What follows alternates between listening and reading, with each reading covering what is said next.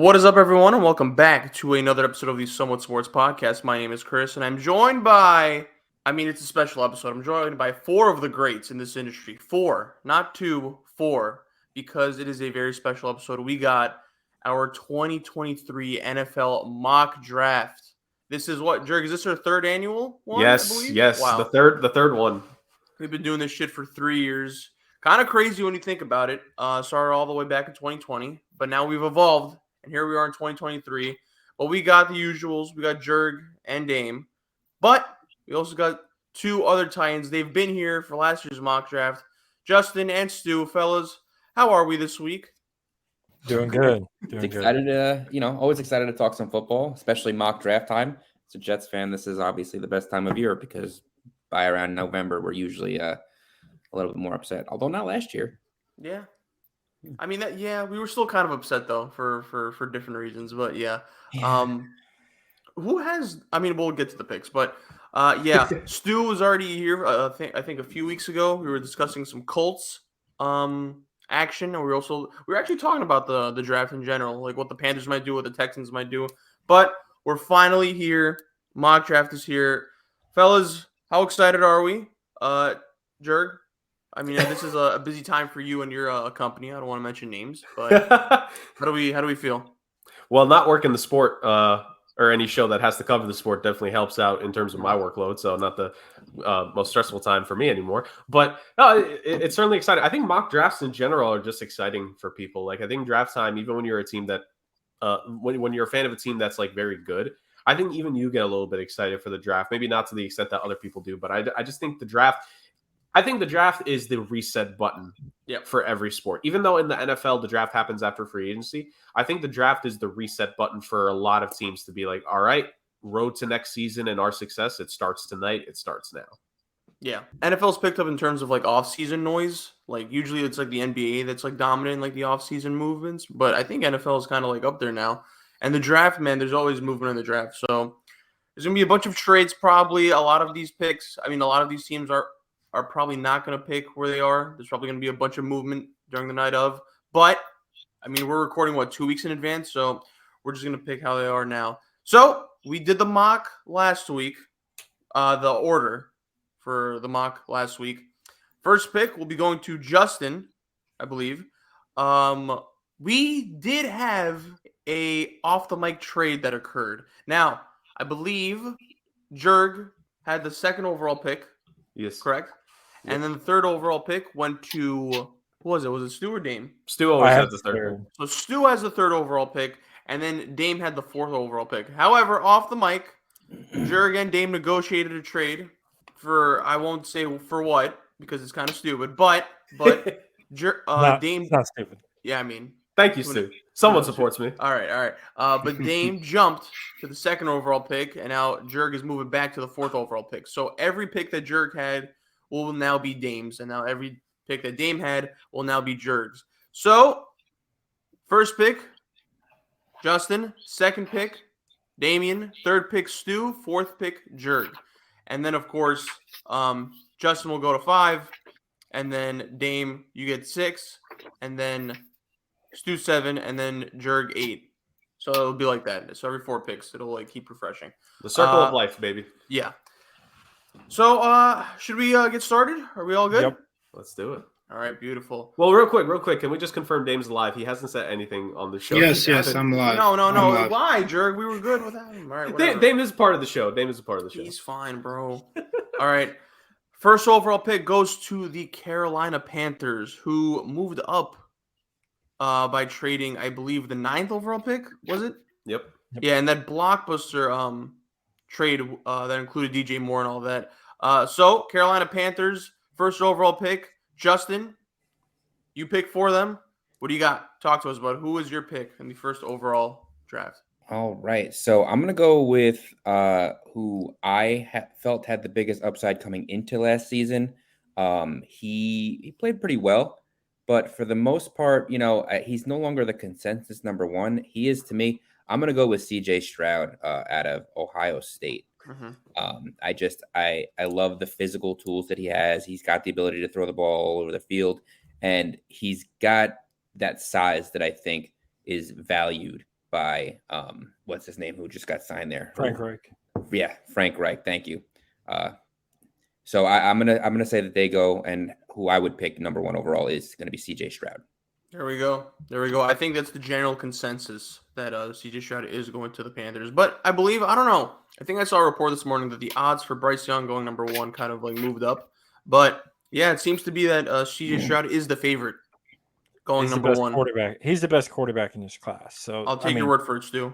That's the best pick. I thought when you said the hype kind of died off, I honestly thought you were going Bryce Young. I perked up a little bit because I was like, man, if C.J. Stroud falls to the 3, falls to 3, I was gonna call the draft room with Jurg and see if they want to make a trade. My boy, but it didn't happen. So. I mean, yeah, Stu, we actually talked about it a few weeks ago where that you were gushing about C.J. Stroud. So I'm gonna take your word for it.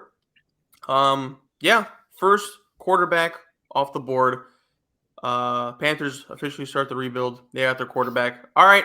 Second overall pick goes to the Houston Texans. Shout out Lovie Smith. Now, Dame, you moved up for this pick. You choose for them. Second overall pick, Houston Texans. Who do you got? So just to make sure, like, we're doing this based off what we would do if we were the GM sitting in this seat. Yes. So you see a lot of mocks and a lot of people in the media assuming the Texans are going to go QB because obviously they were worst team in the league. Even though they didn't have first pick, I still think they're worst team in the league, and they need a quarterback. And obviously, if you need a quarterback, you're worst team in the league. Most people are going to assume you're taking a quarterback.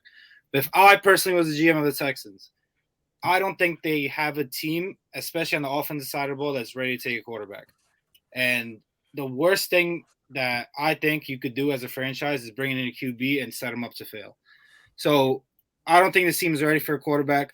So I'm not going to go with a quarterback. I'm going to go with the best defensive player in the draft, in my opinion, and that is Will Anderson. Whoa! Before the season started, a lot of mocks actually had him going first overall. Before we know which QB was going to be the best one and which was going to have the best season. I think he's definitely the best defensive player in this draft. He had 10 sacks last year, 17.5 tackle for losses, and the year before in his his sophomore year was even better. He had 17 sacks and 31 tackle for losses. He runs a 4.6 at 6'4", 243. I mean, the guy's a beast, and most importantly, he played in the SEC, so he played, in my opinion, the best competition in college football, played against the best offensive linemen, the best offenses, and he still was able to dominate. Although I know he played in Alabama, but Alabama wasn't the best. It wasn't the traditional great Alabama defense where, they have 10 first-round picks all over the place.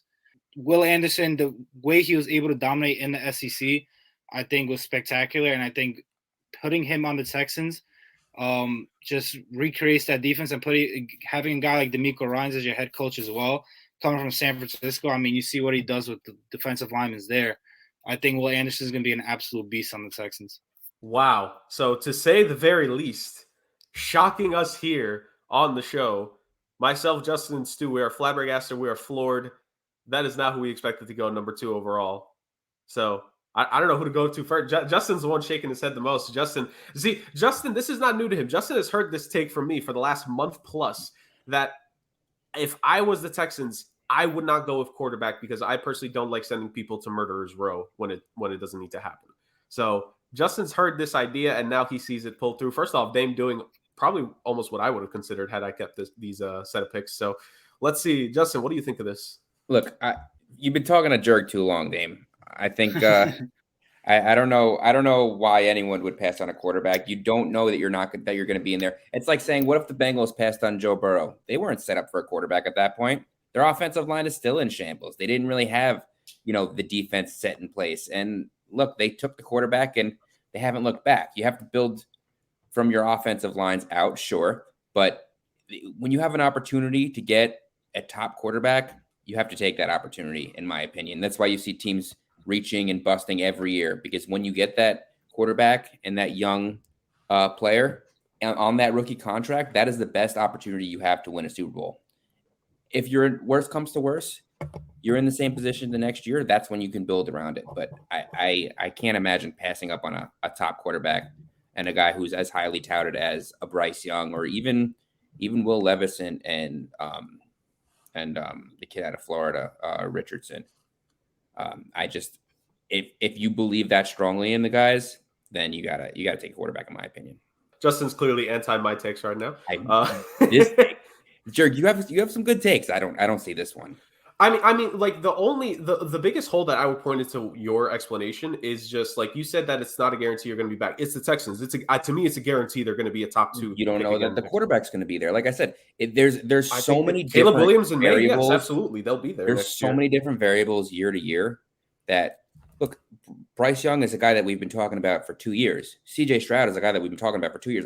And I'm not saying they're going to be the best quarterbacks ever. I'm not saying they're going to be good in the league. I don't know. I'm here to predict the same as you. I can't see the future. If I did, I'd probably be working for a team right now.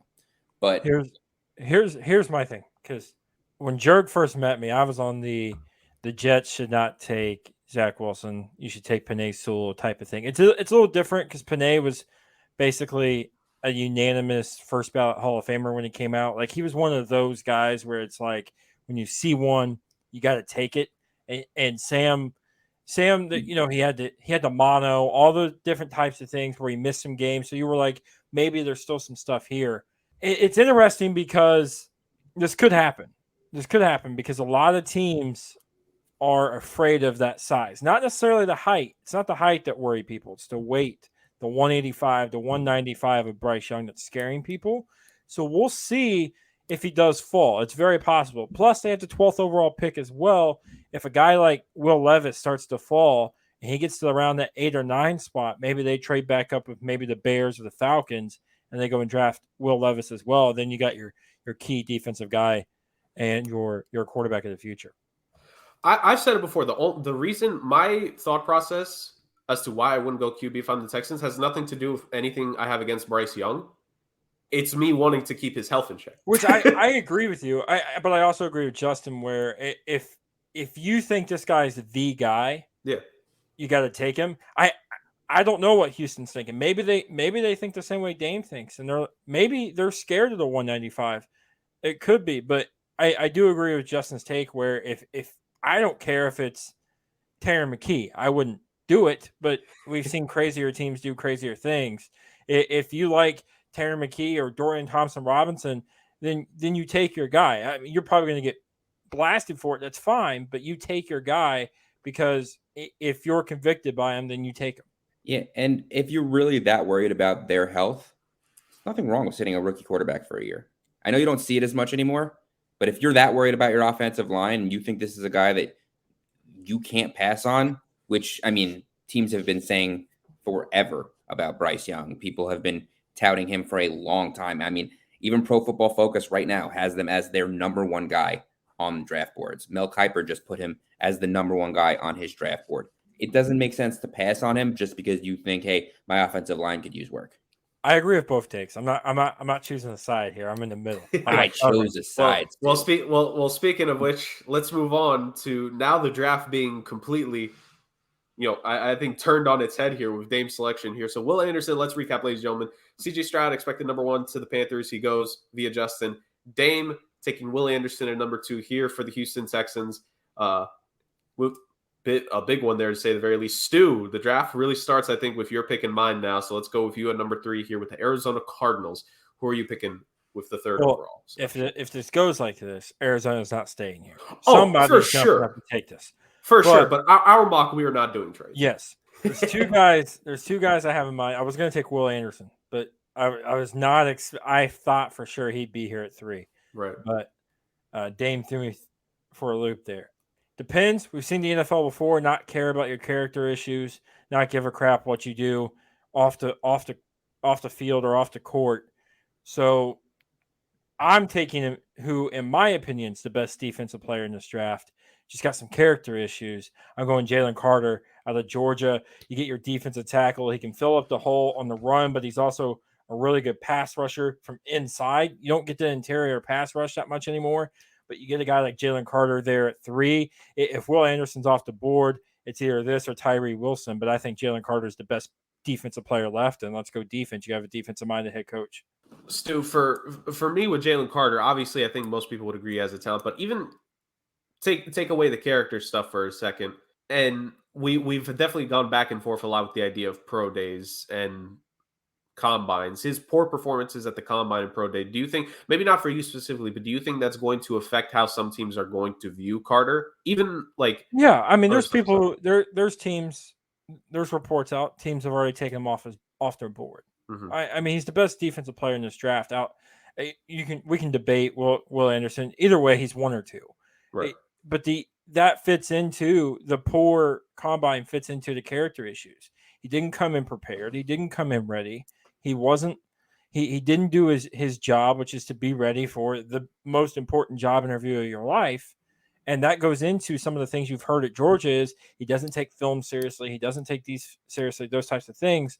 But if you have a coach, because we've heard these before with players, if you have a coach who can straighten him out and get him going, this is a guy who we may be talking up there in terms of Aaron Donald for the next decade in the league, wreaking havoc on teams in the NFC West and in the NFC as a whole. Very, very much could be a possibility.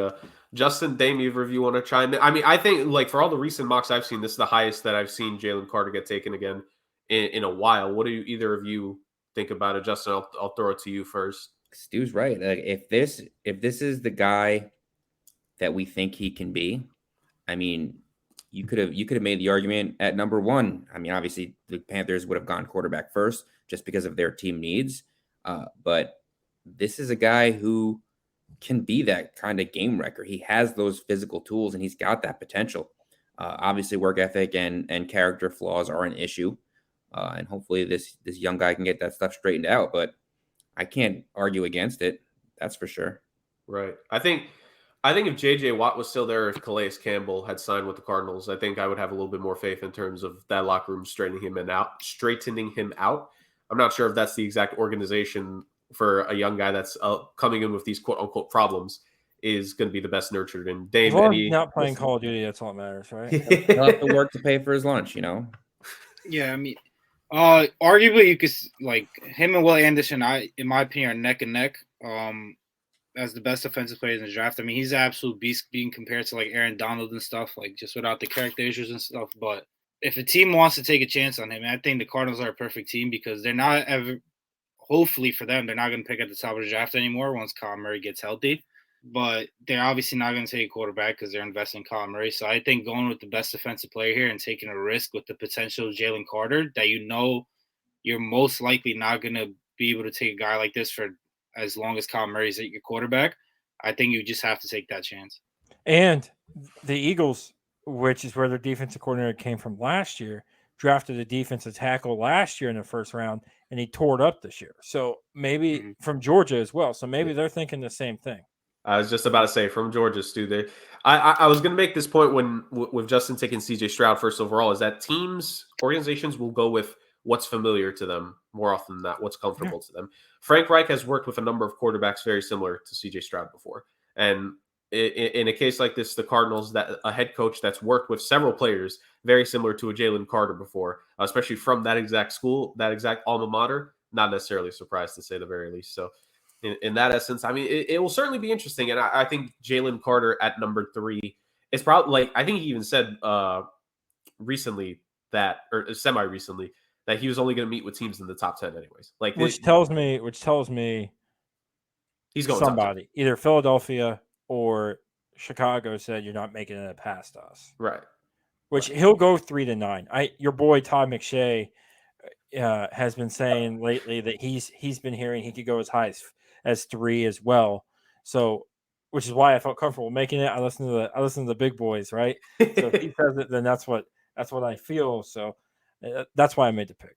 There we go. More than fair. Don't mess this up. Don't mess this up. So the 4th overall pick. Don't even think about it. Indianapolis Colts have it. Before the draft, before all these picks, I was struggling with who I was going to take here for the Colts because I've seen who's been mocked to them. I've seen them potentially trading up.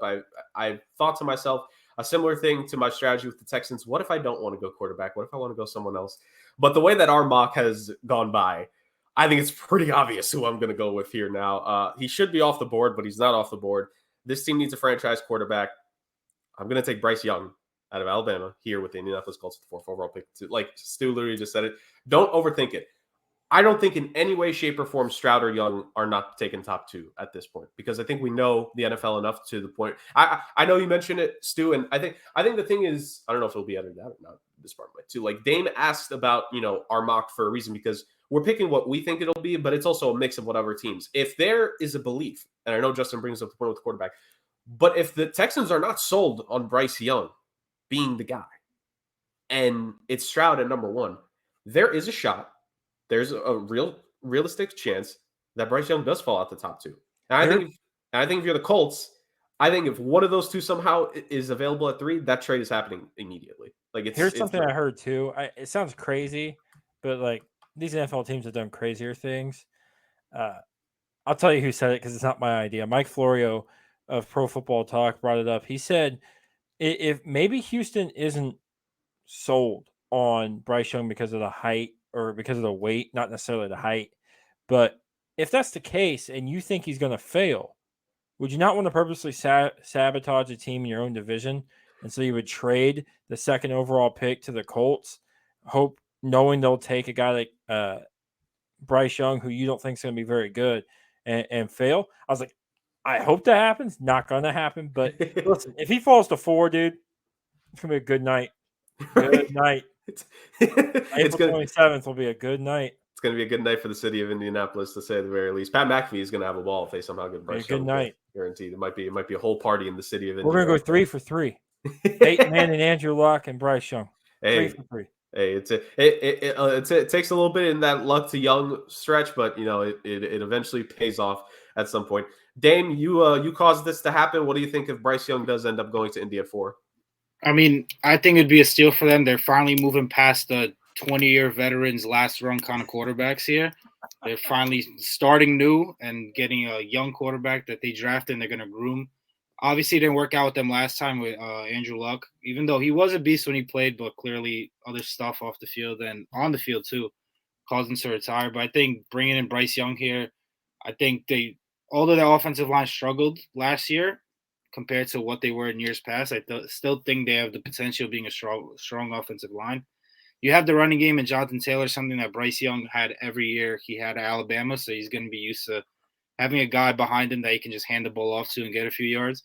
You have a stud receiver, Michael Pittman, on the outside. I'm sure they're going to draft another receiver or sign another receiver too to put alongside him. So I think this is an ideal spot for Bryce Young inside the top 5 because, like we mentioned, he is on the smaller side. So there is always a potential of him getting hurt and getting banged up. So being able to have a guy to hand it off to and a line to protect him, I think is good for him and great for the Colts as well, getting a star quarterback like this, arguably the best quarterback in the draft. They got their franchise guy, to say the very least. That's all you could ask for. NFC South team gets their franchise guy at 1, and an AFC South team does get their franchise guy in Bryce Young, just not the one that we thought it would be, ladies and gentlemen. Justin, any final thoughts? Justin, any final thoughts on Bryce Young here to Indy at 4 before we go to your pick with number 5? Yeah, I'm glad he was taken here. I think it's an excellent fit. It would be the best quarterback for them to get at this point, given that the guys that are left. And I'm glad he was taken because I would have taken him for Seattle at 5. I mean, look, I know they just re-signed Geno Smith, but to get a guy that is that highly touted and Geno's 32 now with a 3-year contract, you need to plan for that future at least a little bit. Anyways, I don't have to worry about that now. So I'll move on to 5 for Seattle. And I was hoping one of those defensive guys was going to be there, but obviously it didn't. It didn't fall that way. So I think what I would do is, if I am Seattle, I would look along the offensive line here. And I would think maybe I would go with Peter Skoronski out of Northwestern, who is a tackle. He is projected to be moved inside to guard, they said, because he has got a shorter wingspan. So they thought maybe he would be one of those guys that is a flexible offensive lineman, which teams love. They love guys that can play multiple positions along that line. Yeah, it seems like the best thing for them to do, just to keep that offense consistent. You don't want to slow down Kenneth Walker, so to speak. That was really what drove their offense last year. They could always use some more protection for Geno, who also did run the ball a lot. They still got some good receivers there in DK and Tyler Lockett. So I'm gonna keep things going. I'm gonna keep things steady there, and we can address some other needs later in the draft. But I'm gonna take who I think is the best fit, and that would be Skronsky. Right, and maybe you could argue potentially based on how the draft board goes, a best player available on Seattle's draft board, if they deem it so. And best player available versus fit is always a very interesting conversation, to say the very least. The one that me and Stu have had a number of times, both on air and also off air in chats. Any thoughts here, fellas, Dame, Stu, before we move on? I mean, to me, Skronsky's not bad. And I read the same thing actually just earlier today, Justin, where while he played left tackle in college, a very real possibility that he could be moved to one of the interior guard positions here. So you just continue to shore up an offensive line in Seattle that Justin has pointed out very many a times in the past that Seattle, the strength of that team in their peak years was Marshawn Lynch in that offensive line. And if they could build up an offensive line here for Kenneth Walker, that could be something very dangerous to say the least. But Dame, Stu, any thoughts before we continue? No, I always believe in building the offensive line and then building your team outside of that after. But, they nailed 2 great offensive line picks last year. Charles Cross, and then I forgot the other guy's name. Abraham Lucas, who had a great year as well, and just adding Skronsky here, who you could put many scouts project him as a guard, but he could obviously play tackle too. I think adding him there, you have 3 stud young offensive linemen that are building blocks for his team going forward. What do you think, Stu? Yeah, I'm shocked here because I was not expecting this. That was I like the pick. I like the reasoning for the pick. I definitely not something I've ever thought about. So, it kind of threw me off the loop there for a minute because I really thought this was going to be Tyree Wilson, the defensive end out of Texas Tech. But Justin threw me for a loop, and I like it. I'm just shocked. Like, honestly, I'm shocked because, there is all that with the, short arms, all that kind of stuff where people have kind of favored Paris Johnson Jr. a little bit more than they have Peter Skronsky lately. But and there is that talk about defense, but I do think maybe you can get a Lucas Van Ness or maybe the kid from the McDonald kid from Iowa State later on if you want to go defensive end route. But not a pick I saw coming, so I'm a little shocked, but I like it. And after hearing the reasoning, I like it even more. Yep, Justin just strengthening that offensive line. If he could have taken Max Unger 2.0, he could have done that with that pick as well, because we know Justin loves the Max Unger trade as the pinnacle of what happened to the Seahawks offensive line ever since. Then we move on now with the 6th overall pick here, the Detroit Lions, first of 2 firsts here. So back-to-back teams with multiple first-round picks in this draft here. Dame, where are we going here with the Lions in number 6? So I could easily see the Lions going quarterback here and kind of having him sit out behind Jared Goff for maybe a year or 2. But I think I would say this, even before the trade today with Jeff Okudah, I still had them going cornerback. So just them making that trade today it just strengthens my opinion of this pick. I'm going to go with Christian Gonzalez out of Oregon. In my opinion, the best cornerback in the draft. A lot of people have Devin Witherspoon out of Illinois as the best cornerback, and he was regarded as the best cornerback for a couple months now. But I'm just going to go with Christian Gonzalez because he is the bigger, longer cornerback. He's 6'2", 201 compared to Witherspoon, who's 6 foot, 680, 685. 185, sorry. They run about the same, 4.38 for Gonzalez, 4.42 for Witherspoon. But I just think you see the top 2 young cornerbacks right now in the league is Patrick Surtain and Sauce, and they're on the longer, bigger side as a cornerbacks. And I think teams have seen that that's been successful because they're able to cause havoc for these wide receivers, being able to stop them in breaks, being able to use their hands compared to these smaller cornerbacks. So Christian Gonzalez, obviously 2 inches taller, about 20 pounds heavier than Witherspoon. And I think obviously now the Lions have Big Cole at cornerback. I think they had it even before that to put next to Okudah, but now they are without that true number 1 cornerback. I think Christian Gonzalez is going to be a stud. He's built just like you want a cornerback to be built. Very similar to Sauce last year, who's also a very lengthy and big cornerback. So I think Christian Gonzalez here is the pick.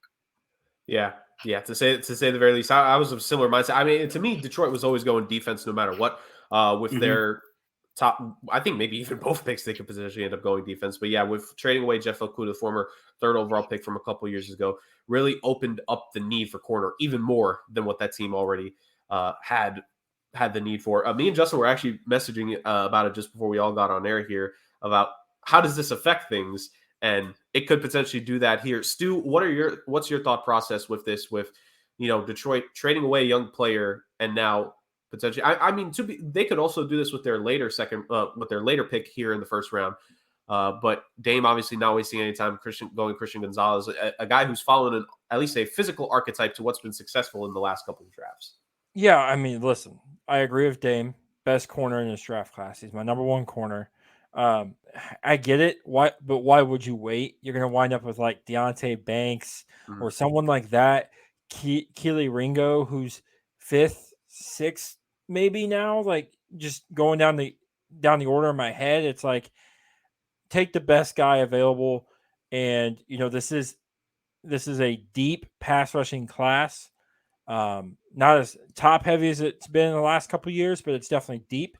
So you can get another pass rusher to go alongside Aiden Hutchinson. If you add Christian Gonzalez and then you add like a Will McDonald or you add a Lucas Van Ness to team up with Aiden Hutchinson, Jordan Love and Justin Fields and Kirk Cousins are going to have a long, long season having to play that defensive front twice a year. But I love this pick.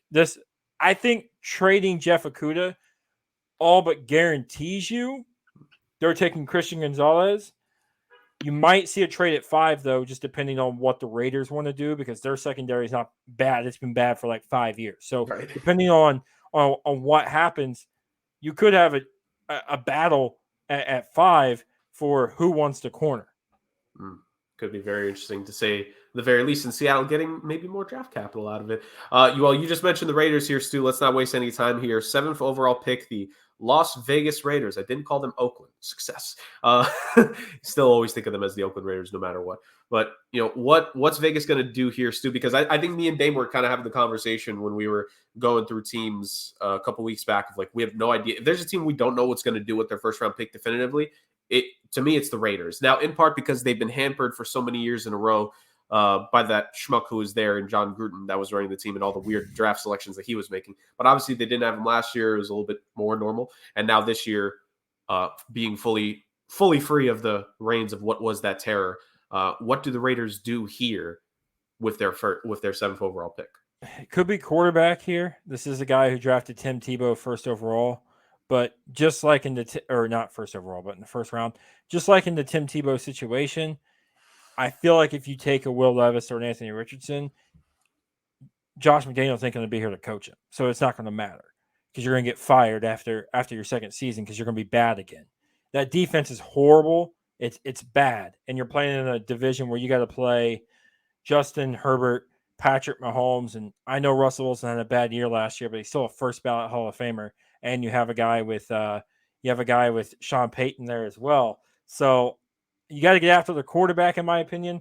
So I'm going Tyree Wilson, defensive end, Texas Tech. I think this has got to be the pick for Las Vegas. Quarterback sounds great, all that great stuff, but you have Jimmy Garoppolo.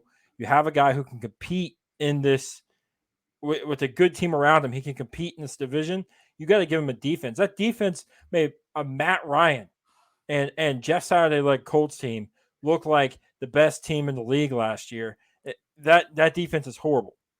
Yeah, no. To say the very least, they were not good. They had plenty of bad games, even aside from that Colts one. But that Colts one was the exclamation point of, oh God, you're giving Colts fans pure fear and terror that Jim Irsay might consider keeping Jeff Saturday for even a moment. I was scared after that one. I was scared. That could have been it.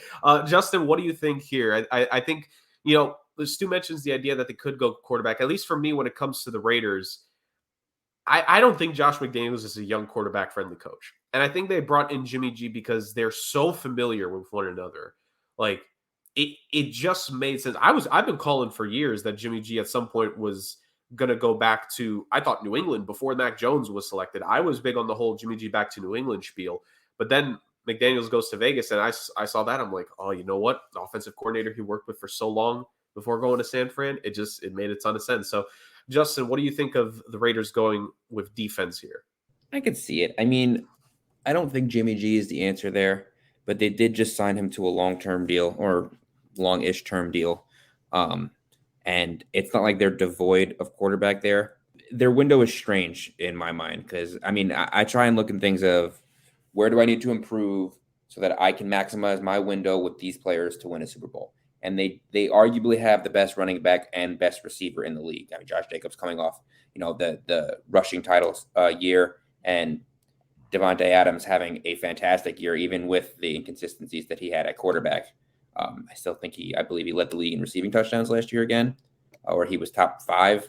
But either way, great year from him as well. So you got to maximize the window that you have with these guys. I'm not sure that Will Levis or Anthony Richardson are going to come in and make that immediate impact. They do need a quarterback long-term, and I couldn't knock them for taking it, but I think Stu's right. I think the issue there is going to be defense. And if I'm McDaniels, I'm not taking a guy that I'm going to have to turn into a project and might not be able to coach when I get fired in a year or two if it doesn't work out. So, maximize your window, try and maximize the wins, and maybe somebody falls in the second round. We were talking about guys before the show that might fall. Maybe they have a shot at someone else. And Absolutely. This isn't something new for Oakland or for Las Vegas. I did it. You got me. That's okay. I'll say San Diego later instead of Los Angeles. So. They've been bad on the defensive side of the ball for, I want to say, about 5 years now. Like, they've been bad on the defensive side of the ball, not good at all. And Derek Carr's been about the only bright spot that they've had because that defense has been atrocious. And so Dame took my guy. I was going to go corner here because I also thought Tyree Wilson would be off the board by now. But, and had he been off the board, it would have been Devon Witherspoon right off the bat. We had corners back to back. Either way, but when you play in that division with the quarterbacks that they got to play against, for me, this is a no-brainer. You run that pick in, you take Tyree Wilson, and you go and you make the life of Patrick Mahomes and Justin Herbert a little more difficult for the next decade. Absolutely. Say the very least. All right, my pick here, number 8 in this draft. With the God, we're making such amazing draft selections here. A couple shock selections here. I think that's why Chris isn't here anymore, ladies and gentlemen. The Dame's Will Anderson pick knocked out his Wi-Fi for potentially the rest of the show. But we carry on. You did it on purpose, Dame, didn't you? It was all planned. It was all. He muted real quick. Dame's like, I'm not going to admit that I had people cut Chris's Wi-Fi. All right, moving on with the Falcons here at number 8 overall. Falcons are in an interesting position compared to a team that is usually this high. I think they're going to give this as the tryout year for Desmond Ridder. They do have good old Taylor Hennessy, as I usually make a joke of saying, like Heineken, yes. They have him as backup / potentially the starter if he could beat out Ridder in the preseason, but it's going to be those two leading the way. They have some weapons in Drake London and Kyle Pitts, although I don't necessarily want to take a weapon here. They've done that the last couple of years with their picks. I think they need to build another side of the ball, specifically defense. And, we spoke about the Lions trade and how that will likely affect them with the 5th overall pick and definitively probably taking a corner there. Well, not definitively, probably definitively taking a corner there. I think it also affects what Atlanta's going to do. I was considering corner for them because Casey Hayward was injured to hell in a handbasket last season, only limited to, I want to say, 6 games, and he's supposed to be the number 2 corner on the opposite side of A.J. Terrell. They have a couple of young-ish guys now behind them that could potentially usurp Hayward if he starts getting injured again. Now with Jeff Okudah, Darren Hall, ironically enough, not the only former Detroit Lion cornerback on that roster, because they did get Mike Hughes, who also played for the Kansas City Chiefs and the Minnesota Vikings so far in his very young career. So I'm not saying that corner is set for them, but I think now they have a depth of guys that they want to give a chance to. I am going to personally go with a pass rusher here. I think you look at the Falcons defensive line, you got a lot of older guys alongside that defensive line. You have a Calais Campbell who just keeps going from team to team here towards the twilight years of his career, but still get you 5-6 sacks, potentially. Probably some of the trade at the next NFL trade deadline. David Onyemata and Caden Ellis, both guys who they took in free agency from division rival New Orleans Saints. And Grady Jarrett, he's not a young guy anymore, ladies and gentlemen. He's pushing 30 now. He's close to it. I think he's 29. So I think you need a little bit of youth in that pass rushing unit for the Atlanta Falcons. And that is what I plan to do here. I am going to select. It was tough because I did have a couple pass rushers named here. So it's not a definitive, me personally at least, it's not like one guy overnumbered by like a huge margin. Although Tyree Wilson had stuck here. Stu took my pick. Dame took Stu's pick. Stu takes my pick. So now let's with my selection here. I'm going to take a kid, 2nd team All-ACC last season, 1st team All-ACC this season that just passed. give me Miles Murphy out of Clemson. I think the kid is kind of going a little bit under the radar. I think both him and Van Ness, I've seen in a couple mocks, they've both gone under the radar with their selections. And I think, for me, it's just kind of a coin flip. I just like what I see out of Murphy in terms of I think he has a great burst getting off the line. I think he's very good at that. And I think from what I've read, he's got a great motor too. So I think there are some things to clean up. Obviously, when you pick a draft prospect, nothing's ever perfect. But I think there's some things that can be cleaned up. But I think ultimately we can run with Miles Murphy here at number 8 with the Atlanta Falcons. Get some youth on that defensive line that needs it, to say the least, and a great learning opportunity for him. He's going to learn under some guys who've had 6-7 sack seasons in this league. He's going to learn under Calais Campbell as well. I think if you're a young pass rusher, I think that's a pretty good situation to go to for getting drafted to the Atlanta Falcons. Stu, what do you think there between Wilson and Murphy? Obviously, I would have gone with either or. What do you think as Murphy as my in case of emergency break glass plan? I mean, he's my third defensive end on the board behind obviously the top 2 guys, but they're both off the board. Yeah, he's a guy who, a lot like Kayvon Thibodeau last year, I feel like is falling subject to prospect fatigue. We've seen so much of them. We have so much time now that everyone's dissecting every inch of their film, and you got guys like Nolan Smith who ran out of this world at the 40-yard dash, and you have a guy who's yoked up like Lucas Van Ness. So everyone's like kind of pushing Miles Murphy down the list, and somebody's going to wind up with a very, very good defensive end that's going to wreak havoc for a very long time because of him falling, victim to this prospect fatigue that we saw Kayvon Thibodeau fall to last year. I like this pick. For me, it was either this or it was down to 3 positions here at 8. If I would have to pick, it would have been Miles Murphy, it would have been corner, or it would have been Paris Johnson Jr. out of Ohio State, because not only are you, trying to block for Desmond Ridder, but when you get Caleb Williams or Drake May next year, because of how bad you're going to be, you got to block for them as well. But yeah, those are the top 3 guys, and I liked the fact you took Miles Murphy. Yeah, I think for me that was kind of the way I was looking, because I think offensive line wise, I think Jake Matthews still has at least 2 to 3 years in him, and they did re-sign both McGarry and Lindstrom. Like, that offensive line is relatively set. Not saying it couldn't get better, but I think for me personally, I was pretty confident with that selection there. Well, speaking of a team, I mean, you mentioned the potential of the young quarterbacks that could go to Atlanta next season. Let's talk about a team that needs to build around their young quarterback here with the Chicago Bears with the 9th overall selection, trading down, obviously, from that number 1 overall pick that they did have prior to that Carolina Panthers deal. They have Justin Fields. To them, Justin Fields is the face of the franchise until maybe next season. Who knows? But he is the face of the franchise. He's going to be who they build around their offense. They focus a lot on the defensive side of the ball in free agency. A little bit on the offensive side. I mean, DJ Moore kind of cleans up a lot of things skill position-wise, but they could definitely use some more talent there in the trenches. Am I making it a little bit too obvious? Because I'm trying to predict who Justin's taking, but let me not. Justin, this is your pick, the 9th overall selection. Who are you going to take here to help out the Chicago Bears? Jurg, I have to tell you a story. Back in 2021, look, I'm not a perfect man. All right. I've made mistakes before. And back in 2021, I was seeing the praises of a young tackle who was highly touted as a gold jacket, as Stu has brought up before, has been an excellent player in the NFL, Penei Sewell. And I was sitting here and I was thinking, if this team wants to improve, this team that's on the board that I'm referencing, who you'll know in a second, if they were serious about moving forward with their young quarterback who's just coming off a major knee injury, they would take Penei Sewell. And they wouldn't worry about who they're throwing the ball to, because it didn't matter who they were throwing the ball to, because if the quarterback was on his back, they would never win any games. I was with you. And lo and behold, that team spurned me, and they went out and they took Jamar Chase out of LSU, one of the best receiver prospects we've seen coming out of college. His quarterback was on that team, Joe Burrow, and lo and behold, they end up going to the Super Bowl that year. And as much as I want to sit here and take an offensive lineman, I don't know if that's the right move for Chicago in this situation.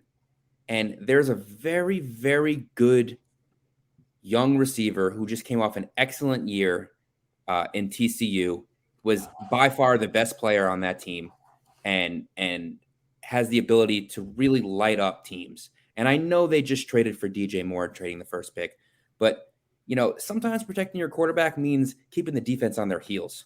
And there might not be a better player in the draft to keep their defense on their heels than Quentin Johnston. So I think that's where I'm going to go for Chicago. I think they pair him up with DJ Moore and Claypool there, and they really, really create a track meet for these defenses. These defenses are going to be tired. They're going to have to sit back and defend these strong receivers. They still have Cole Kmet there. And, Justin Fields can still run the ball for 150 yards. So they're not going to know which way to look. They're going to take I'm going to take Quentin Johnston. Man. Shocker number 2. Right. What the second he mentioned the school connection, I thought it was good. I thought it was going to be Jackson Smith-Njigba for a sec. Yeah. I thought JSN was a pick. Yep. I thought about it, and I do think he would be good, but I thought that DJ Moore kind of had the ability to play more slot if you get that big guy. And I if I'm going to take a risk, I'm not going to do it on a guy coming off injury. Right. You know what I mean? As much as I loved Njigba coming out, and I still think he can be a very productive player in this league.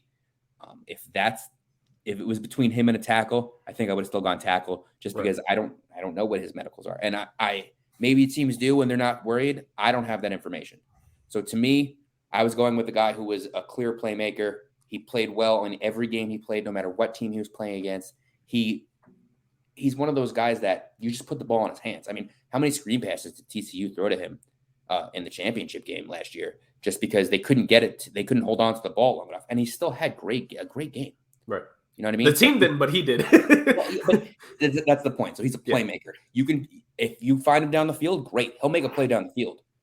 But if you want to throw it to him behind the line of scrimmage or on a quick slant, just to get him the ball quick so he can grab a couple of yards, he's that guy that can take over the game that way. So to pair him with a guy like DJ Moore, really keep coverage off of him in his first season, he could light the league up early. Yeah. Full disclosure, he was going to be my pick at number 12 to the Texans had he made it there. Because I think, well, I'll explain why when it gets to my pick. I don't want to hog too much time here because we know Dame's up on the clock here now, 10th overall with the Eagles. Dame, you unmuted. Reactions to that pick before going with the Eagles at 10? Well, I definitely like the pick with the Bear and other receiver. You can't just have one receiver for your quarterback. You do multiple guys, not even two. So I think Quentin Johnston being the bigger kind of guy compared to DJ Moore was kind of, you get it. He's smaller, but you get him in space. He makes things happen. But Johnson's kind of that bigger receiver, so you kind of have them complement each other. He's not my number one receiver on the board, but I think he complements DJ Moore best compared to the other guys. Nice. So with the 10th overall pick, who we got going to the Eagles here, Dame? So this is my toughest pick because the Eagles are just so stacked everywhere that I don't know what they need. But, you could have gone with Robinson, the running back, since they lost Miles Sanders. Could have went offensive line, could have went so many different ways. But I'm going to go with a bit of a reach here, but I think it's a position need after losing Gardner Johnson. I'm going to go with Brian Branch out of Alabama, who in my opinion is the best safety on the board. He played a lot of slot at Bama last year, but many people project him as a safety. He's very good playing in space, a very good tackler, plays with a lot of energy and has that dog in him. And I personally just like SEC guys just coming out playing against the best competition, and you just put him in to a team like the Eagles and the defense they have.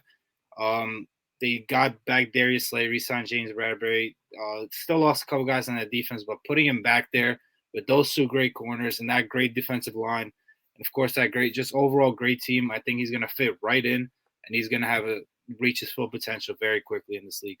I agree. I was really hoping he would fall a little bit in the draft because Stu and I have discussed about the fact that he's, at least on Stu's board, and I tend to agree with Stu in a lot of cases here, he's the only definitive first-round graded safety in terms of being a pure safety. So the back-to-back picks here, Justin and Dame, just taking my guys away, taking my future picks away. I'm upset with the both of you now, but we can't afford to lose anyone else here. We've already lost Chris, so we just need to keep moving. Stu, your thoughts here? We've had a lot of discussions, Stu. You're very much big on the potential of Bijan Robinson going at number 10 to the Philadelphia Eagles and what he could do for that team. But Dame, keeping it with the defensive side, all of Dame's picks have been defense so far, so that lets you know how Dame builds. What are your thoughts about Branch to the Eagles here and not Bijan Robinson, Stu? Yeah, for me, it's a little rich for Branch. It's a little high for me. I have him going between 15 and 27. So it's not a huge reach, but it's a because 15 is only about 5 spots off from 10. I'm not going to get caught up in this idea of because I don't think the Eagles will actually take Bijan Robinson. But I was just thinking, you put Bijan, a guy who can be a Jonathan Taylor type, with Jalen Hurts, and you talk about, Justin talked about defenses having the game plan against, Quentin Johnson. Yet I would wet to bed every night if I was a defensive coordinator that had to play the Eagles and had to game plan of how I'm going to stop Bijan Robinson and Jalen Hurts. But I could have also seen them taking Paris Johnson Jr. because old boy Kelsey will probably retire next year, and you need somebody to fill in at that tackle spot when he does retire. So I'm a little shocked here at Brian Branch. I like the pick. I understand why he did it, but they could probably swing back around and get him with their second first round pick, and wouldn't necessarily have to take him here. I would think that if for whatever reason he falls, Jalen Carter's probably the pick. But for me, yeah, I was shocked to see this, but it makes sense. Right. And you mentioned it. I also wouldn't even rule out the possibility here. Obviously, it's maybe a receiver as well. Sorry, I didn't mean to interrupt you. But no, this could be a receiver as well. I mean, they have AJ Brown, they have Devontae Smith, but I've heard a lot of people say they like Jackson Smith-Njigba, that they've been looking at Jordan Addison to play that slot role. So you could see them also take a wide receiver here. I wouldn't be shocked. I doubt they do, but could happen. Right. And again, with that second first round pick that they have, they could also go after a receiver as well, because I'm with you, Stu, in terms of their skill position group. The main things they need now are just another running back in the room, but especially the slot receiver, because you have your two outside guys. You got Smith and AJ Brown just feasting on and all you got defenses. is Kenneth Gainwell, and you got to come up somehow to replace 1,400 yards rushing. So good luck figuring that out. I think you can get it in the second round, though. But I like this. It's a fun twist on the draft. It leads a lot of things up left. I like this pick. Right. Well, speaking of fun here, Stu, this is where we have a little bit of fun. I just mentioned AJ Brown. Let's go to you. The Tennessee Titans at number 11. Stu's a Colts fan, ladies and gentlemen, but we have his word that he will not get select a kicker or a punter with this selection. So we have confirmed that. Kind of hurt my heart to have to make that rule, but I just have to make sure of it. But in all seriousness, Tennessee Titans here with the 11th overall pick. Division completely fell out of their hands. A lot of things fell out of their hands last season. You could say it's due to injury. You could say just the team not performing at the same level they did the last couple of seasons. Whatever you want to say, the Tennessee Titans are trying to turn things around. In the division, I think both the AFC and the NFC South are wide open. The AFC South is certainly a division that any team could take. And the Titans are obviously still going to believe they have a shot here. So, Stu, who are the Titans going to select here with the 11th overall pick? I thought all 4 quarterbacks would be off the board by now. So, in my mock, I had Pierce Skoronski because I had Paris Johnson going at 8. Taylor Lewan is no longer there. He's gone. They need a left tackle to fill his role. But I just because I want this team, well, Stu, come on. You got to be unbiased. Anthony Richardson is the pick here at 11. I think they've called about him. They've checked in on the source here. They like him a lot. They have a guy very similar to him in Malik Willis, just not as talented. And so you took Malik Willis in like the 3rd or 4th round, so you can draft another quarterback. That's acceptable. We all know Ryan Tannehill isn't the guy I thought he once was going to be. So you have a guy here. You can game plan for the next decade. You can they're wanting to trade Derrick Henry, so you can take a running back in the 2nd round or 3rd round and kind of game plan this offense. So for me, the pick is definitely going to be Anthony Richardson here. It very well could be Paris Johnson Jr., though, knowing the defensive-minded head coach. But I find it very hard to believe if Anthony Richardson's here, they don't take him. Not the pick I would make, because I mean, we all know how I feel about AR, but right. I think this will be something that they're going to do.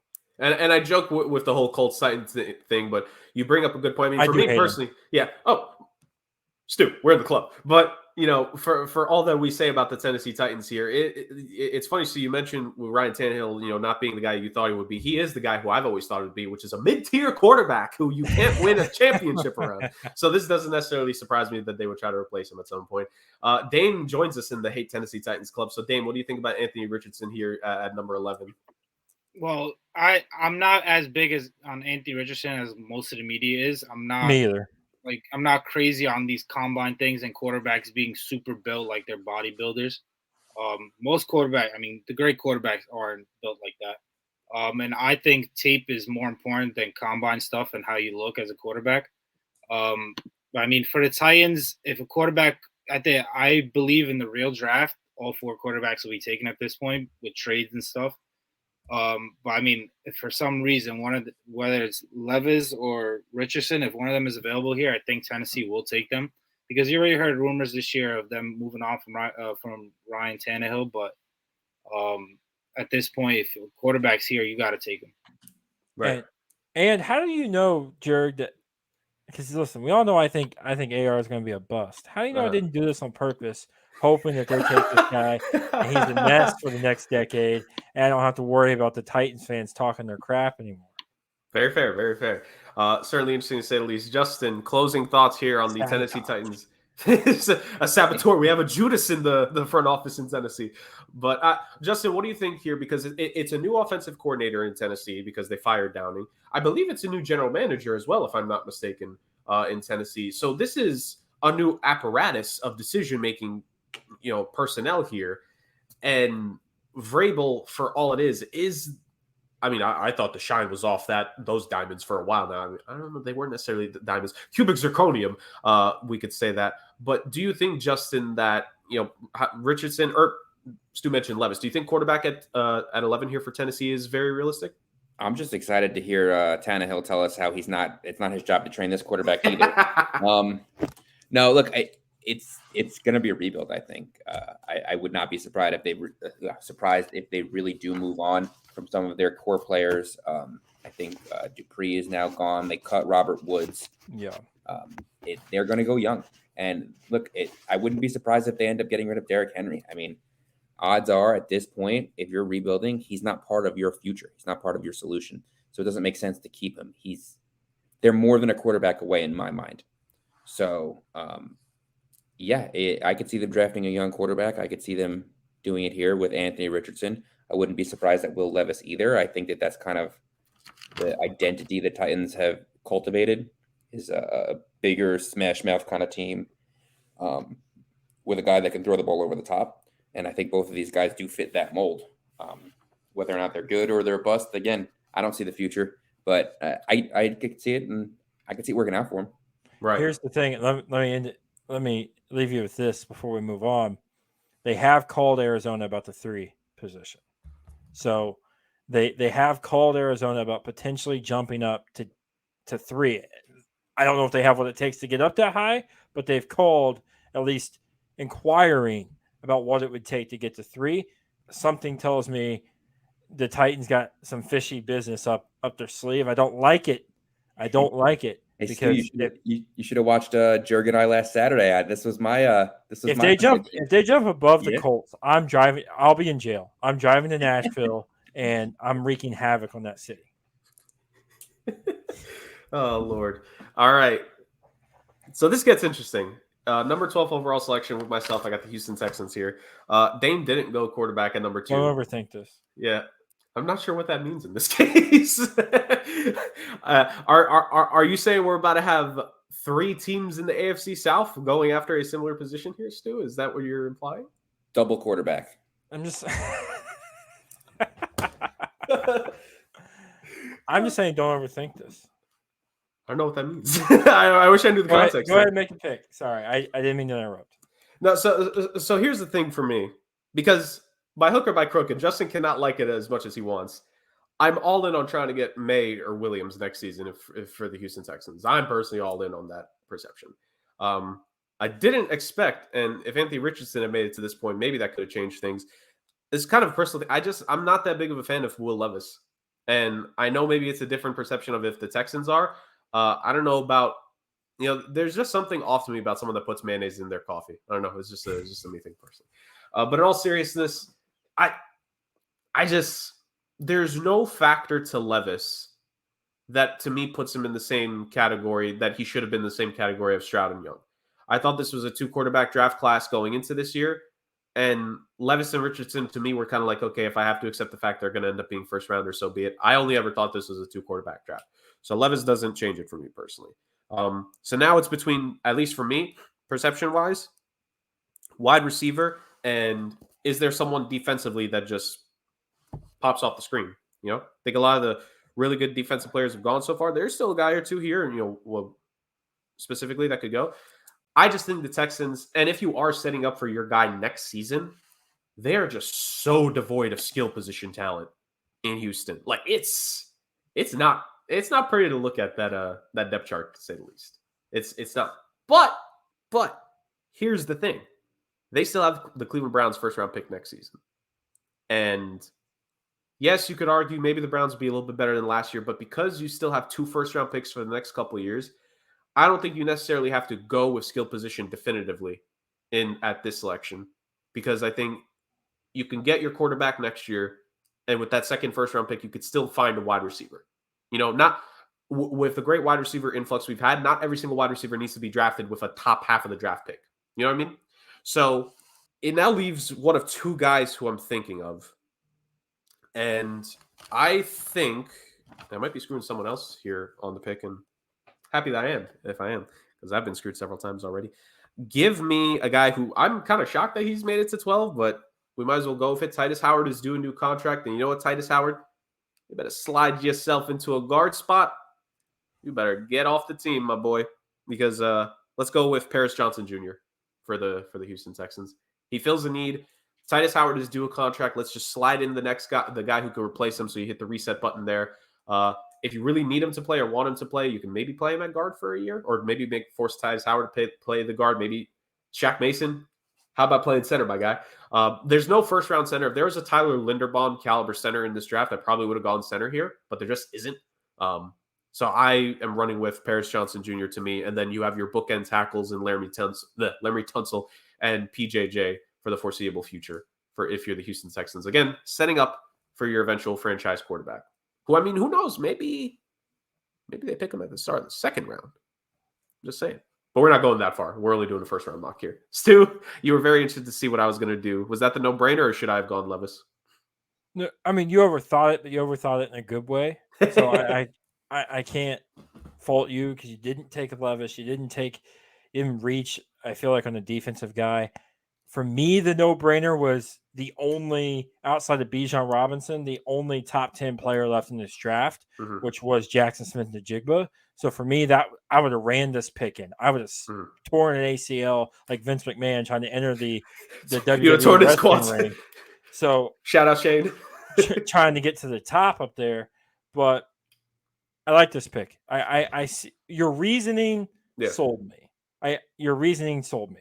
I like the pick. You didn't overthink it. You didn't reach and take Will Levis. You didn't reach and take a defensive player, which is fine. You can have taken another defensive guy here.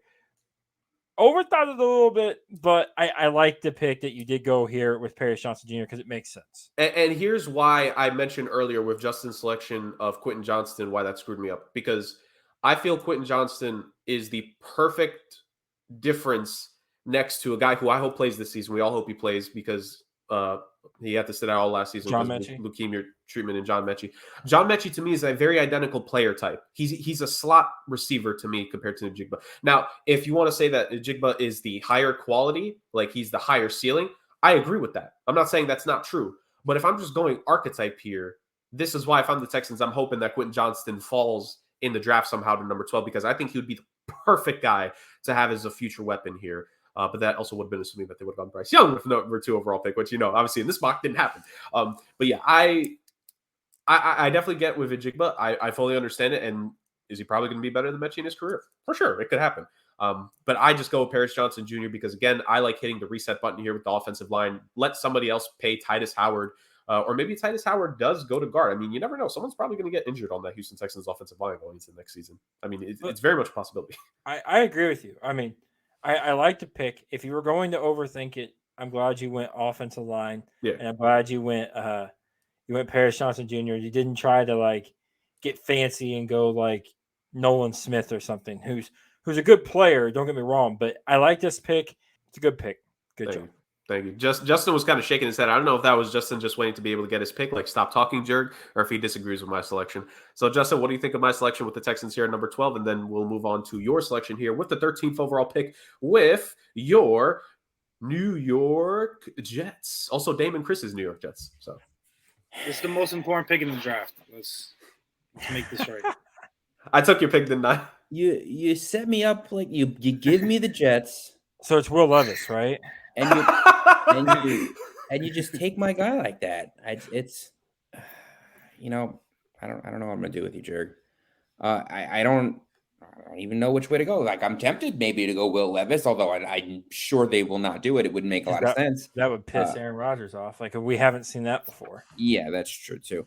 And then they also have Jackson Smith-Njigba, although again he'd be a fourth receiver there. They'd have to replace Elijah Moore, but I don't necessarily know if they go that direction either. If I really gotta think about it, I think I might go Kalijah Kancey out of Pittsburgh and line him up next to Quinnen Williams in a 4-3. He's a big kid. He's a strong kid. Had a really high grade last year by Pro Football Focus, who obviously I like since I bring them up all the time.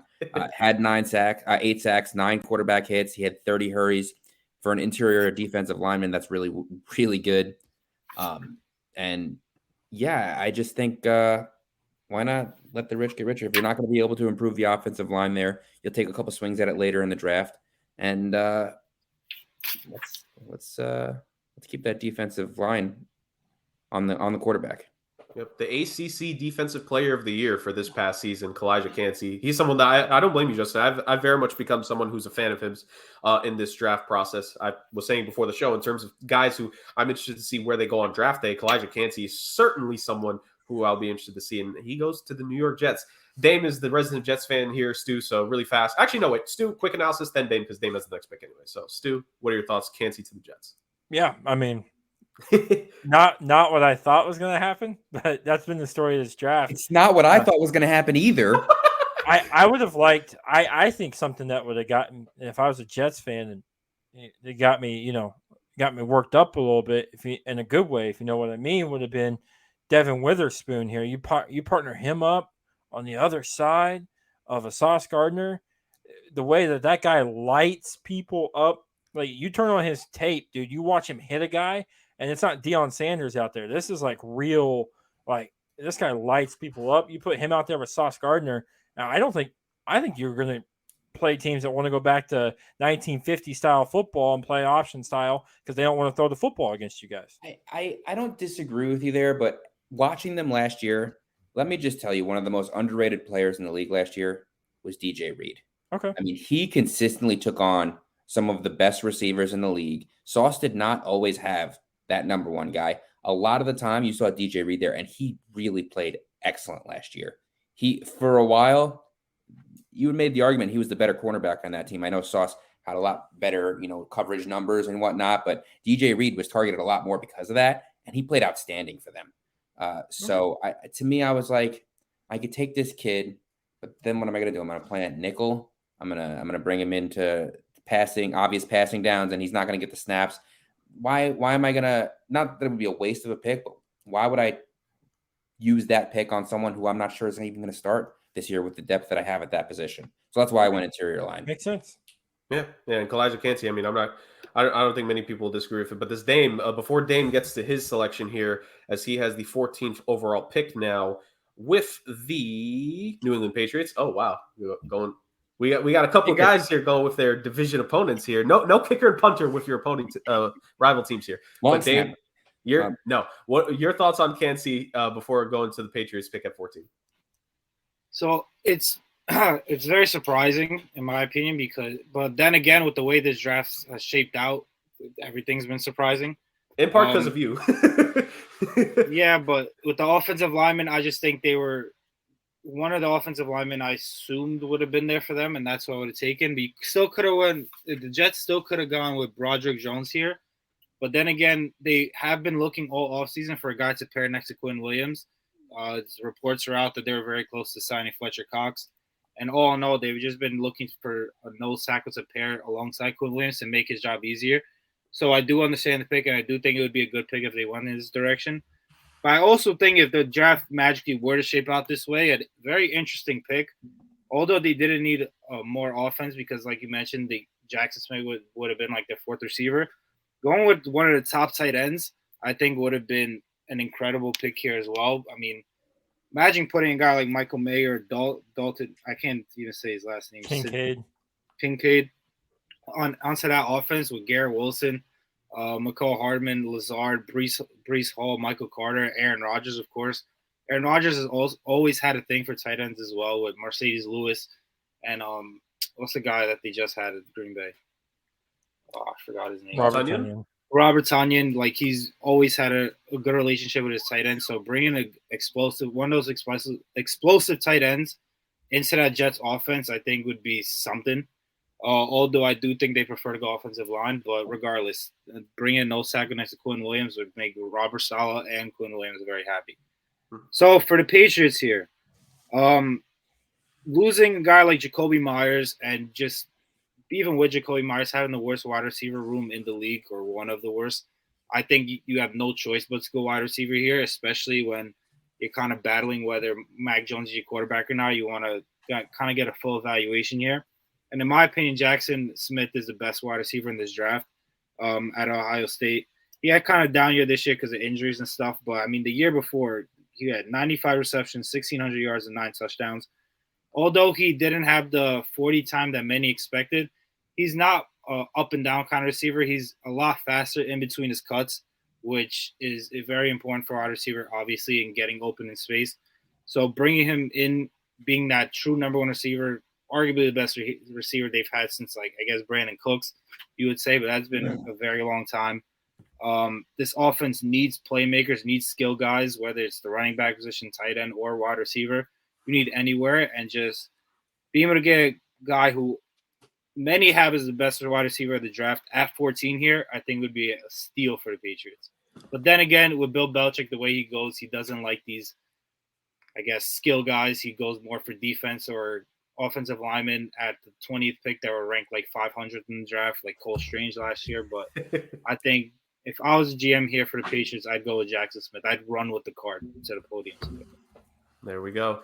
I mean, in real life, Bill Belichick might go with like a Lucas Van Ness or one of these offensive linemen, maybe a Matthew Bergeron out of Syracuse. But no, in actuality, he probably should go skill position, even if he wants to apparently trade Mac Jones, which people are starting that rumor. Even Bailey Zappi is the guy of the future, which me and Justin do know someone who would love Bailey Zappi to be the guy in New England for the foreseeable future. Wide receiver would make a lot of sense here. Stu, thoughts on them going wide receiver? And then, I actually, even aside from the Patriots, we're in a position where probably in this stretch of the draft here, Stu, Jackson Smith-Njigba would have gone. And you with the Green Bay Packers at 15 I'm certain would have been interested in taking that, because you got to give Jordan Love, whether Aaron Rodgers is going to be a Jet or not. I think the Packers are officially going with Jordan Love as their guy. And how apropos would it have been, just another, nail in that coffin for the Packers to go wide receiver with the first round pick here after not doing that for Rodgers for so many years. So Stu, your thoughts on just JSN's talent, and then moving on with your Packers pick here at 15. No brainer. Easiest pick. Yep. No brainer. I mean, Dave didn't overthink it. He didn't need to overthink it. This is the one that you don't even let the time come off the board. You don't even let the commissioner come from the podium. Somebody will walk the pick up to him and hand it over, because the pick's coming in that fast. It was Jackson Smith-Njigba. So that's the pick. JSN's the pick. That's where you go. Listen, I thought about wide receiver, but nothing in the Packers' recent history has told me that's the decision they're going to make. And I like to do my mocks based off of what I think they're going to do. They lost Darius Smith a few years ago. They lost a guy, and defense is somewhere they need to go. They probably will go. In my mock, I have them taking this guy, so I'm going to have them take this guy again, because they seem to be fascinated with the school. So I'm going to go Nolan Smith, the edge rusher from Georgia.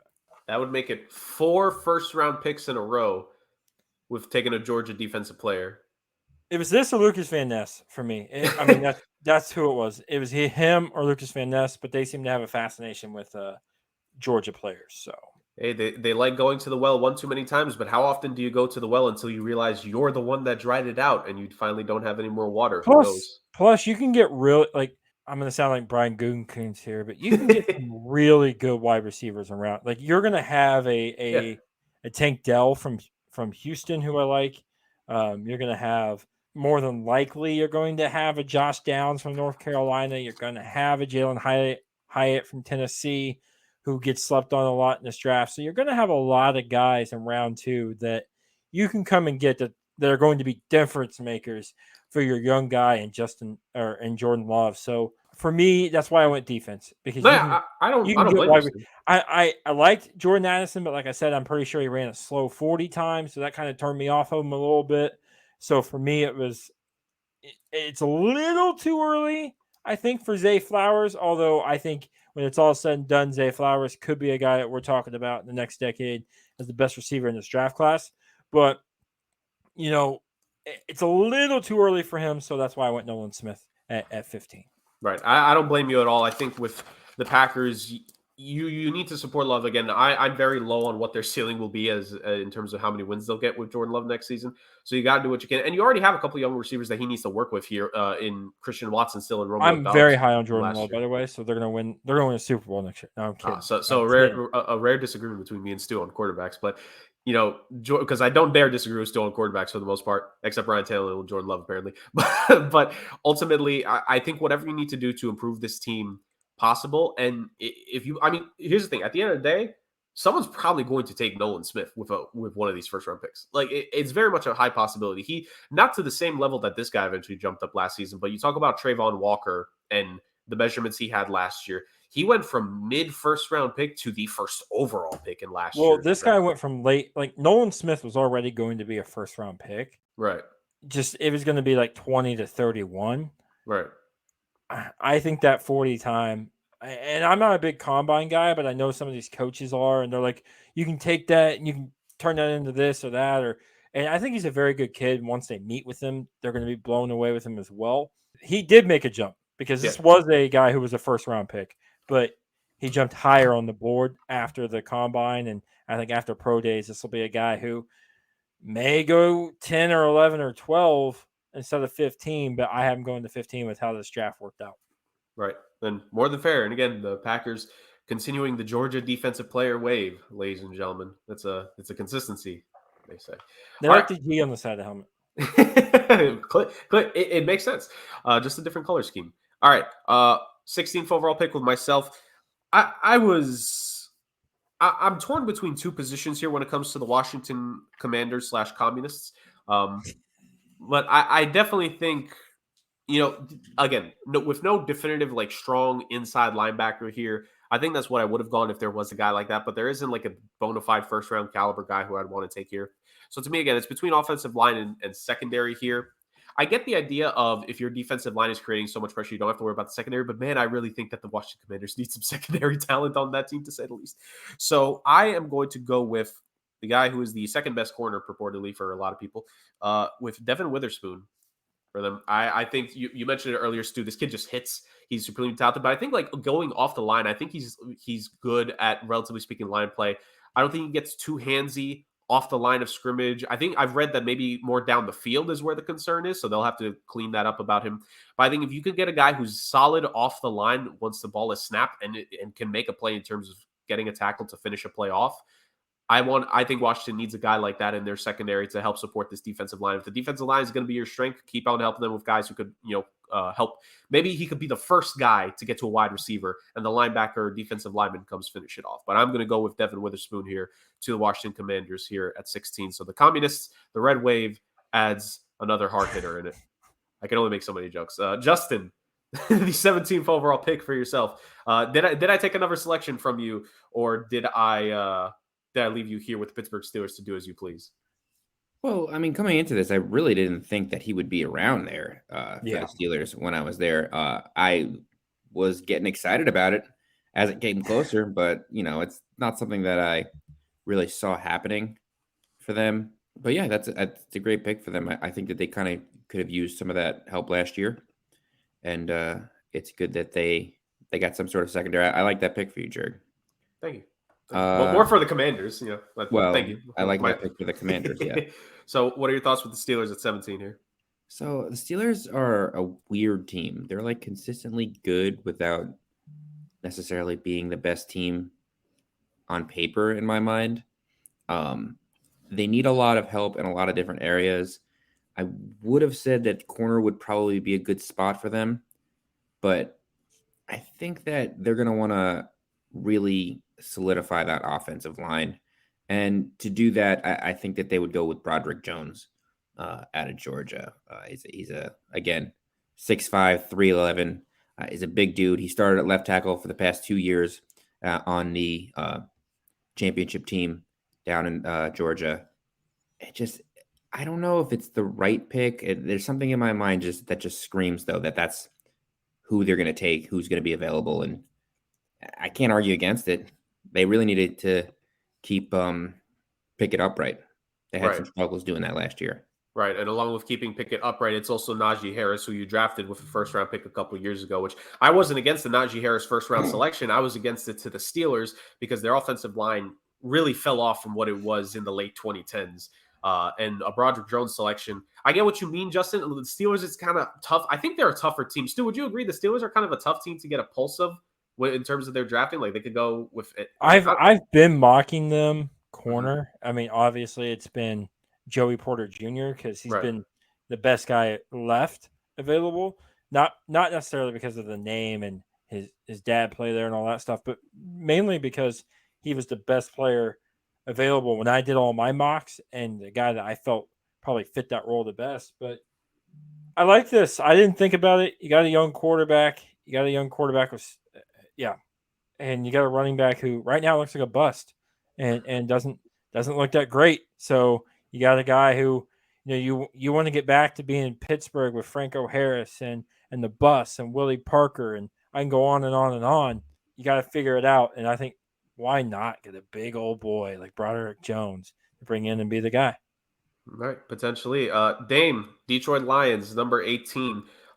You made their first pick at number 6. You got them Christian Gonzalez. You got one piece of the defense. Are we going defense here again, Dame? Are we doubling down on a team that really struggled defensively last year? Or are we going back to the offensive side? What are we doing?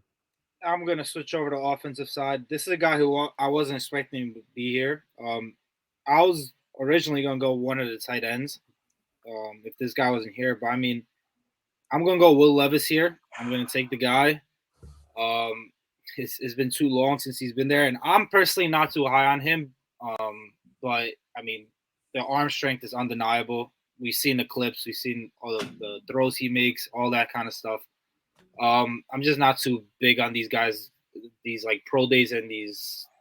Obviously, so I have PTSD from Zach Wilson. I'm not gonna lie to you. I'm more about game tape than kind of arm talent at this point, but I mean, he's not going to have to start year 1, maybe not even year 2. Jared Goff proved that he's a capable starter for this team, and he's obviously knows the system and all that kind of stuff. So it's unlikely that Will Levis is going to start year 1. So I think him sitting behind Jared Goff for a year or 2, kind of learning that offense, learning the ways of NFL on and off the field, I think it'll be very beneficial to him.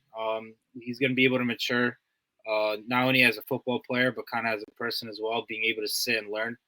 And for the Lions, it's perfect. I mean, you could argue they could go quarterback at 6, but to be able to get one of the 4 guys that are in consideration for the best quarterback in the class at 18, I think is an absolute steal.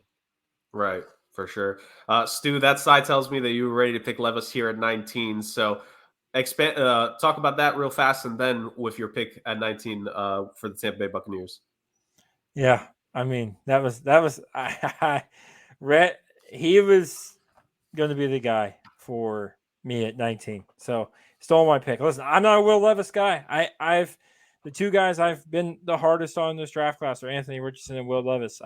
I don't think it's going to work out. I don't think he's going to be a long-term guy. We'll find out. I mean, we'll see. There's a lot. I talked about this on my podcast yesterday. It'll come out later today, but here's the thing. Guys like him, and I agree with Dame, guys like him and Anthony Richardson, they're a lot like the pretty girl, right? Where when she's so pretty that you ignore red flags despite what your friends are telling you. Your friends are telling you all these red flags, but you're willing to look past it because of how pretty she is. And then you get into the relationship, you get a few years down the road, and you're like, man, this is bad. That's how Will Levis and Anthony Richardson are. They're pretty with their big arm and they're mobile and they got the big body and they're 6'5", 245, all this kind of stuff. But everyone wants to make excuse. He's playing hero ball, as your boy like Mel Kiper likes to say. He didn't have any weapons. All of his weapons were gone. But they don't look at the tape and say, well, what about the decision making that he made on this throw where he could have gone here instead he went here and all this type of stuff. So they ignore the red flags. They make excuses for it. And you get a guy. I think the league's starting to see that. I think that's why you see guys like Todd McShay, who is tapped into leagues and talks to GMs and talks to team representatives and all these types of things. That's why he had him mocked at 19 to Tampa Bay, because he's listening to what teams are telling him. And I think teams are telling him he's not as good as everyone thinks he is. He's not as good as Mel Kiper thinks he is. I'm with Dame. This is going to be a guy who I think in a decade, not even a decade, he's Blake Bortles 2.0, just a little bit more mobile. Like I hated Blake Bortles and everybody talked about him. Jacksonville got blinded, gave him $84 million. Ha ha, joke's on you. Funny, isn't it, how that worked out? And I think the same thing's going to happen to Will Levis. I don't mean to beat up Will Levis. It's just I'm tired of having this conversation about Will Levis and how great he is with this big arm. It's just it gets exhausting after a while, because I feel like I'm coming off as the bad guy a lot of times when I'm just trying to bring the realistic facts to people in their eyes. That's fair. Hey, sometimes, Stu, you just got to embrace it.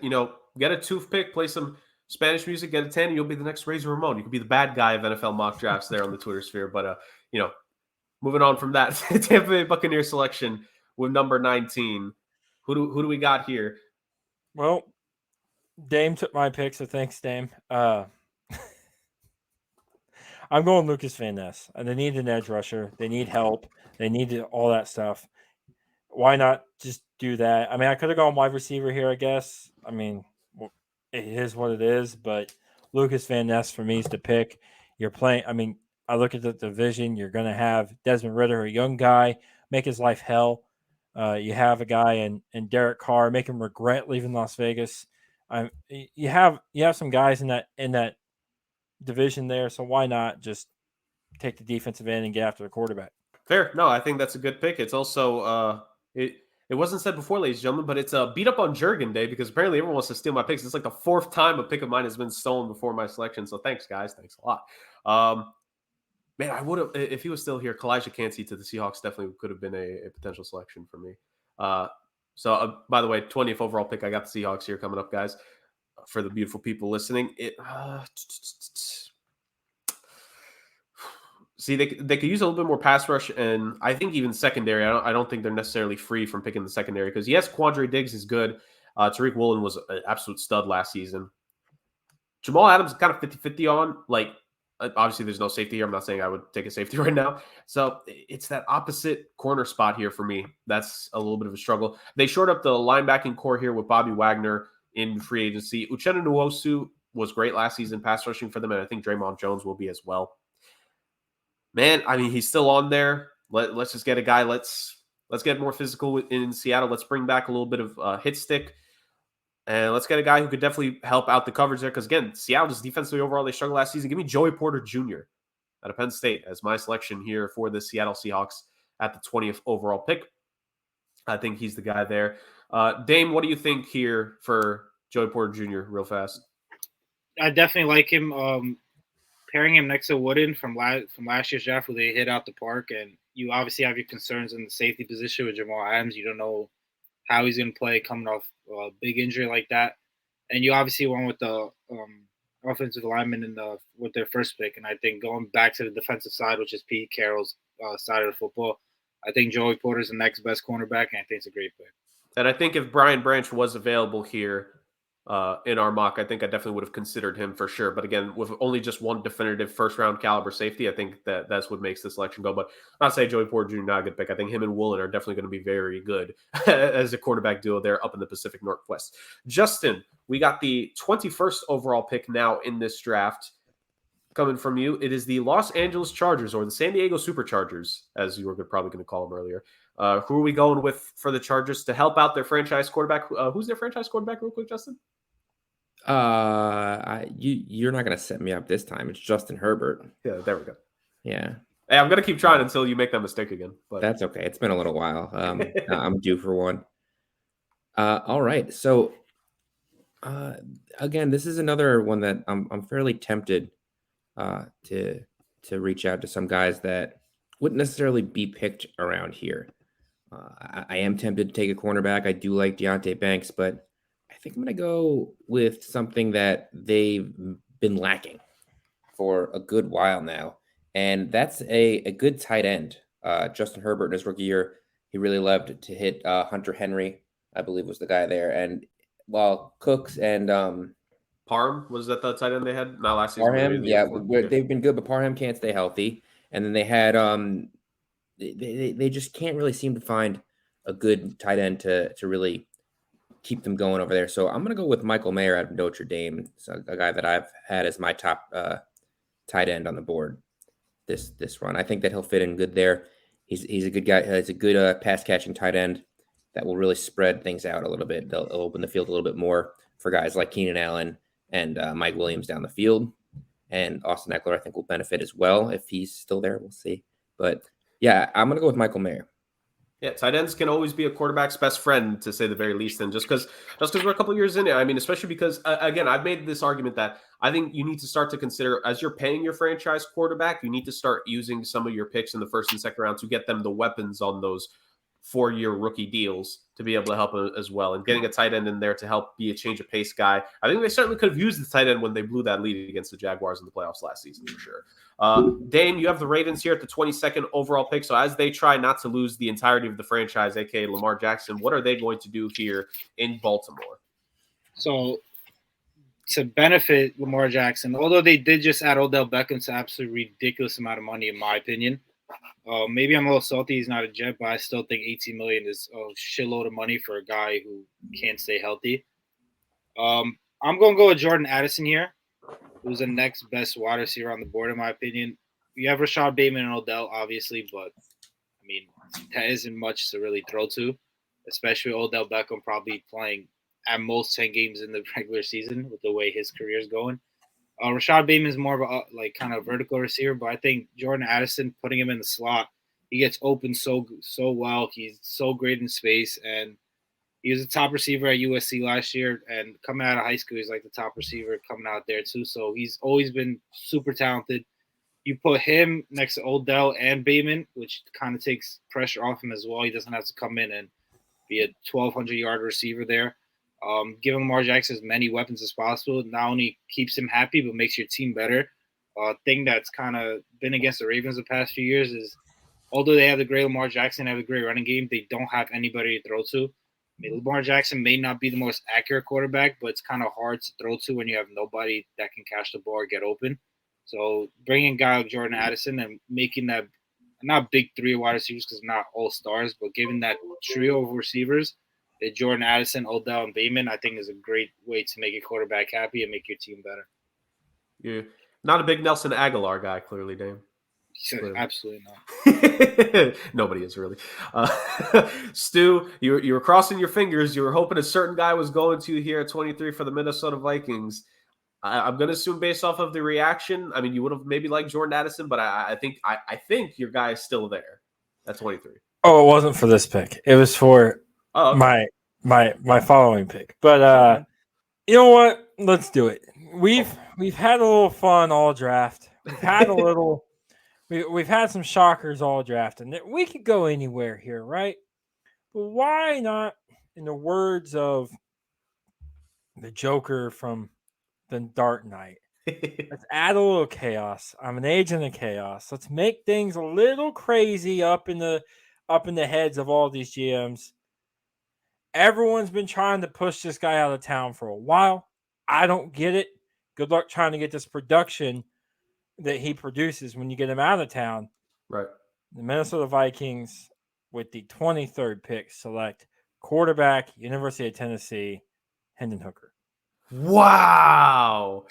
Okay, When you talked about production, I thought you were going to go with Dalvin Cook because Dalvin Cook is a running back that a lot of people are putting on the trade market alongside Derrick Henry. So I thought we were about to see Bijan Robinson go to the Minnesota Vikings here, but Hendon Hooker. Let's enter chaos. Let's put some chaos into this draft class. Let's have a little bit of fun. Let's blow up Twitter. Let's get the guy who, in my opinion, is the third best quarterback in this draft class. You're getting him fifth. You're getting a steal. You're getting him before the second round, before everyone else gets him. Right. And now you let all these teams who are planning on getting him in the second round panic and figure out what they got to do in the second round. You got your replacement. You've been trying to do it for a while. You got to give him Texas A&M. It didn't work out. Everyone wants to run Kirk Cousins out of town. Good luck getting 4,000 yards and 30-something touchdowns every single year once you get him out of town. But, hey, why not? Let's do it. Make the pick. And he's got to throw to guys like Jamar Chase and TJ Hawkinson and all that kind of stuff for the next decade. Man, you talk about setting this guy up for the next decade. Let's do it. Certainly, to say the very least. One amendment to an earlier statement I made. If Hendon Hooker had been healthy the whole year, I would have said this is a 3-quarterback class because I definitely would have had him as my number 3 right there up with. He's still my third. Right. Dame, Justin, quick reacts from the two of you with Hendon Hooker going to the Minnesota Vikings. Again, I thought it was about to be Bijan Robinson with the setup, but I guess I was wrong. Dame, real quick with you. Definitely shocking, but I get it. Minnesota has been trying to drive Kirk Cousins out the window, but what many fans don't realize it is hard to replace the kind of production Kirk Cousins gives you. He's not Patrick Mahomes, he's not Josh Allen, but he's not Zach Wilson. So he's been very consistent. You know what you're going to get. And I think he had his best year yet this year. Obviously with Justin Jefferson, that connection is incredible. I guess adding Hooker here, you let him sit, learn a couple years behind Kirk Cousins, and maybe when you actually see a decline from Kirk Cousins, you move on and you have your guy ready. Maybe Justin, Hendon Hooker to the Vikings. What do you think? I mean, this is a guy we were talking about pre-show as a steal in the second round. I loved Hendon Hooker last year. I thought he was excellent. I think if it wasn't for that injury to his ACL late in the year, he probably would have been among the guys in this first round process. But you don't see him anywhere because he's not working out. There's not going to be a workout. It's not going to be a pro day. He got hurt so late in the season that he might not even be healthy for the beginning of next year. So I think it's actually like a perfect developmental spot for him to land. I mean, it's a place where he doesn't need to go and start right away. He's going to have a ton of weapons and protection and, just a ton of assets there to help him grow and help him grow quickly. And it's a great move. To say the least. All right, so the draft continues to get shaken up, and we'll see how it affects the remainder of these selections. All right, the Jacksonville Jaguars, I have them with the 24th overall pick here in the draft. And with this Jaguars pick, look, we know offensively there's a very bright future in Jacksonville. Christian Kirk, clearly the number 1 wide receiver extraordinaire. You have a great running game now that was set up last season when you actually draft a running back that actually is able to stay healthy, which is what they got last season out of their guy ETN, Trevor Lawrence being the franchise guy. That defense still needs a little bit of work. I think a pass rush is fine. They could use a pass rusher, but not necessarily now. There's not someone I would definitively take now. I think the linebacking core is actually not too bad with Olukin and Devin Lloyd, who had a really good rookie season. They don't have a lot at corner. They've had to lose a couple corners over the last season and a half or so with their former guy. They drafted CJ Henderson. They traded because the kid apparently just didn't want to tackle. Okay, playing the wrong position there, pal. And then you have a guy who you got in free agency in Shaquille Griffin, who you end up cutting. I think very quiet cut that happened earlier this offseason. So I think you need a corner here. And I'm personally going to go with a guy who I think he's dipped a little bit to some people. I think he's still pretty good. I think it'll be a good selection here. I'm going to go with Banks out of Maryland, Deontay Banks out of Maryland. I'm personally going to go with him. I think it's always tough when you have to go with need, and especially because there are a couple corners around this stretch. I think people go, but I think Deontay Banks is the guy to go here at 24th overall. So I'm going to go with him going to the Jacksonville Jaguars over to Duval. But from the south of the country, we go back to the Northeast. Justin, you didn't just get the Jets selection; you got the Giants pick here too. So can you go 2 for 2 on trying to make Jets and Giants fans happy or upset? Who knows? 25th overall pick. Who you got? For a second, I was thinking maybe I would go tight end, but they did just trade for Darren Waller, so that doesn't really make a ton of sense. But I do think I want a weapon, and there's a few things that I'm looking for right now because one, I really think they desperately need a receiver that's got good hands. Don't overthink this. Like I told Jurg, don't overthink this. You know what? I'm kind of overthinking it because there's a guy there that is not on a long-term contract, that if they want to stay doing the things that they have been doing, they're going to need to replace him. And there's no guarantee that Saquon plays on the franchise tag this year. And, arguably the best offensive weapon in the draft at the moment is Bijan Robinson. Ooh. So I think that's where I'm going to go. I think the Giants could use a second running back. I think that he will. I mean, can you imagine the 2 running back sets that they have? They could throw the ball either way, on a screen or there's just so much opportunity that they can have in that offense with a second running back. And I think it will definitely help Daniel Jones, especially if you want to split one out. I mean, you could have either one of them can catch the ball really well. You put it at receiver, and you never know if they're going to run the ball if Saquon's in the slot. Right. Or vice versa. So I'm going to go you're with breaking Bijan Stu's Robinson heart. You're breaking Stu's heart with that one right there. But Bijan Robinson does go. He goes to the Giants with the 25th overall pick. What a draft we're having. Still, let's stay in the NFC East here, boys. Dallas Cowboys, 26th overall pick. A team that, once again, they did beat Tampa Bay in the playoffs in the wild card round, so they finally beat Tom Brady, but then they fall on the to the San Francisco 49ers in the next round, and Zeke Elliott becoming a backup center for the final play of his Cowboys career. Dame, who are we going with for Dallas at number 26? So for this pick, I was kind of consulting my good friend that's a very good Dallas Cowboys fan, and he was locked on me taking Bijan Robinson, so he kind of sniped me there. He wouldn't have got to me anyways. I thought after 23, I think after I seen Jackson on the Giants, I didn't think he would be taken. I was basically writing it in for myself. So it kind of changed paths here, but in honor of my friend Gallo, I'm going to go with Steve Avila here, the guard at TCU. I think Dallas needs to help the offensive line. You have guys breaking down like Tyron Smith, McGovern left, guys like that. All you really have is Zach Martin. That's a consistent piece on the offensive line. And now you committed to Dak, of course. You trade for Brandon Cooks to put us alongside CeeDee Lamb. You have Michael Gallup. You moved on from your fullback in Zeke Elliott, but you still have Tony Pollard there with your franchise tag. You're going to need to protect him from that entire offense. And getting a stud guard like that, who I think is the best offensive lineman available at this point, I think is beneficial for the Cowboys because they always, since the Dak kind of got there, they've always had a solid offensive line. And I don't think that's going to change now. They need to be able to protect them, and they know how important it is to protect them. Right, as well. And Avila also has the potential to play center, so they can actually have a center snap them the ball at the end of the game, too. Stu, obviously, the heartbreak, you wouldn't have gotten Bijan no matter what, apparently. But Steve Avila ends up going. A little bit shocked that he's the guard that would have gone there. I would have thought somebody else potentially in the draft, guard-wise, would have gone at that pick. I mean Osiris Torrance, ladies and gentlemen. Yeah, that's my top guard in this draft class is Osiris Torrance. I mean, so is he your pick for the Bills at 27? No, he's not. Oh, right, I like the idea, the guard idea. I haven't watched much of the guards yet. I haven't watched much offensive line yet, so I can't comment really on the offensive line because I haven't watched much of it.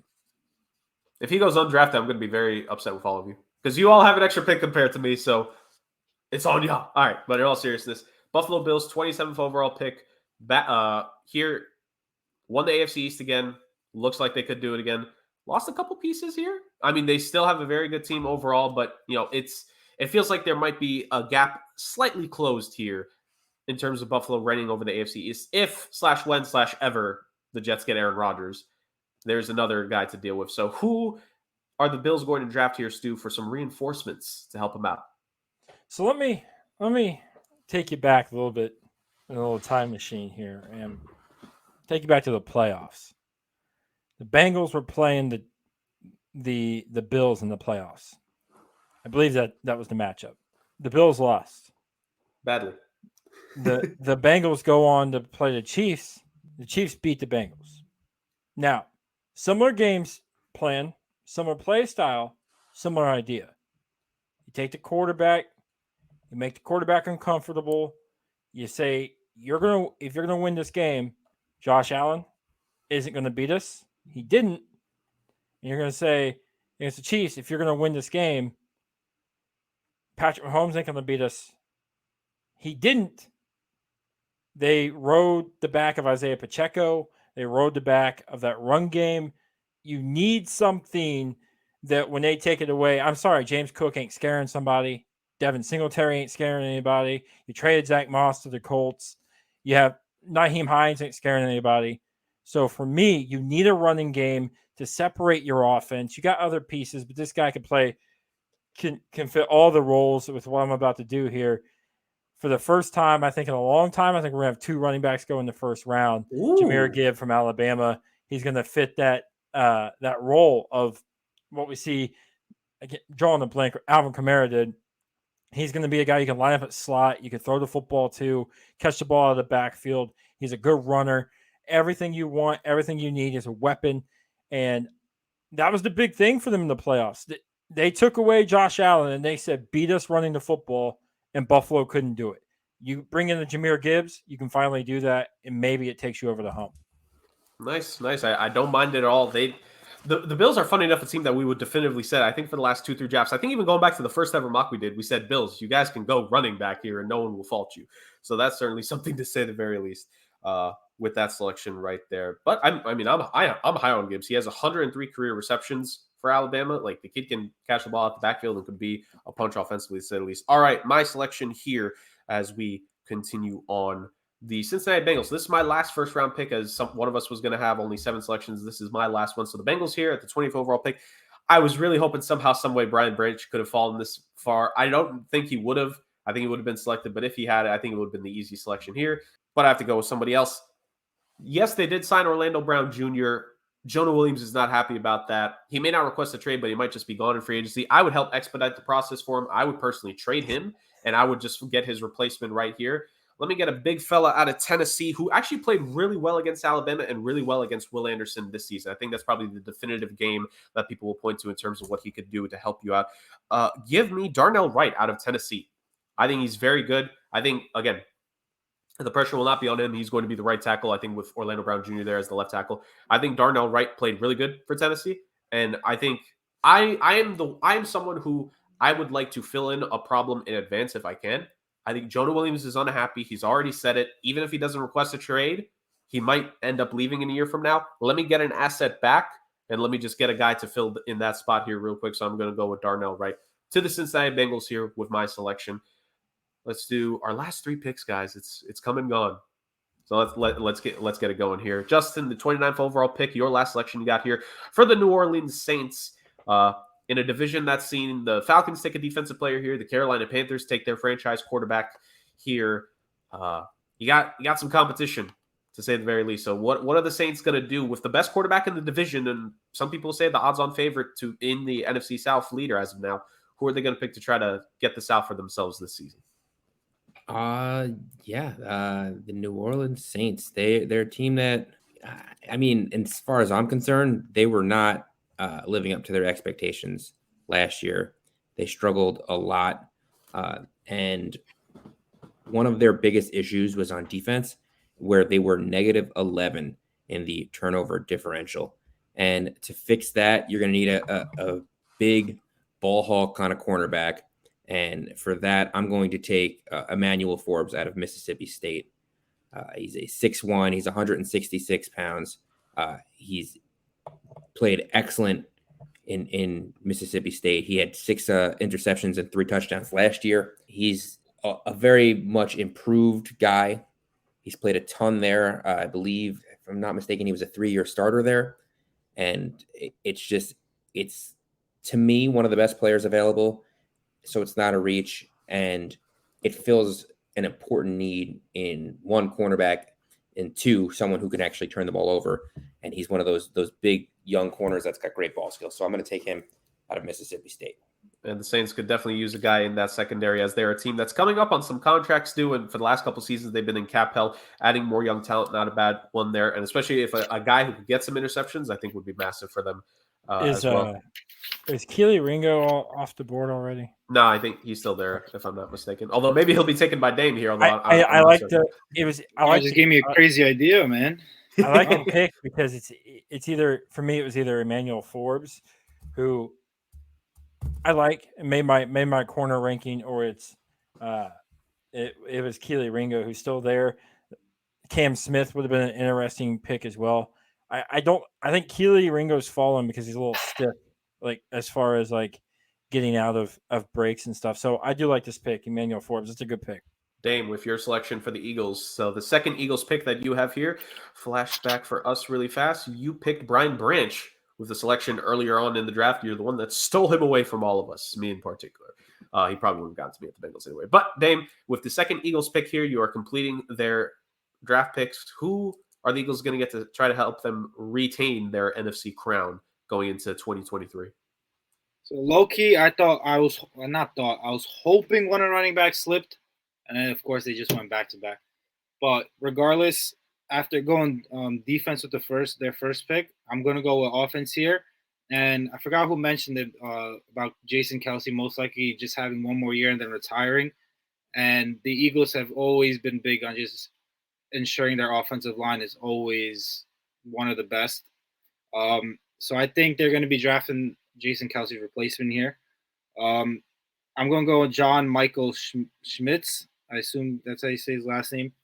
That's who I think is the best center in the draft. You still have Joe Tippmann, but with John Michael here, I would as a Jets fan, I'm hoping that's their second round pick. I don't think he's going to land that far because although there might not be a center at the top half of the draft that's like ranked that high, but at that point, some team's going to kind of reach up a little further that's in need of a center. I think the Eagles are one of those teams, knowing that how important offensive line is and how important Jason Kelce has been to their success over the past few years. And they know that they're going to have to replace him with somebody, maybe not just as good because Jason Kelce is going to be a Hall of Famer, but someone who could do the role adequately that won't kind of hinder their success on the offensive side of the ball and hurt their pass protection or run protection and stuff like that. A guy who's going to be a leader. And I think John Michael Schmitz here is the perfect pick for them. How dare you forsake Cam Jurgens, who has an amazing last name, who Jason Kelce told them to draft last season to be his successor? How dare you, sir? Now, I mean, they could still do that, and Jurgens could play guard, and John Michael Schmitz could definitely be the center. I definitely don't blame that selection there. But how are you doing that to my name, Dame? How are you doing that? No, but in all seriousness, pretty good selection right there, and it caps off the Eagles draft. And one final pick, ladies and gentlemen, we have finally reached the end of the Somewhat Sports 2023 first round mock draft with the final selection. Stu, you are picking for the defending Super Bowl, or Super Bowl as I like to sometimes say, champions, the Kansas City Chiefs. Straight up, what are they going to do to protect their crown, and who are they about to draft to help them do that? I can't remember if he left or not, but if he didn't, you need somebody who isn't out there with Patrick Mahomes' brother doing TikTok dances catching the football from the sky. So I look at it and I say the best receiver available, the third best receiver in this draft class, according to me, which I'm nobody, so it doesn't matter. But the point remains, Zay Flowers from Boston College is the pick. I'm running this one in. Again, just like Vince McMahon trying to enter the ring when he tore both his quads or whatever it was, that's what I'm doing, running this pick up there. I'm going so fast to get this one up there. Zay Flowers is the pick. He is the guy. You're giving Mahomes his weapon.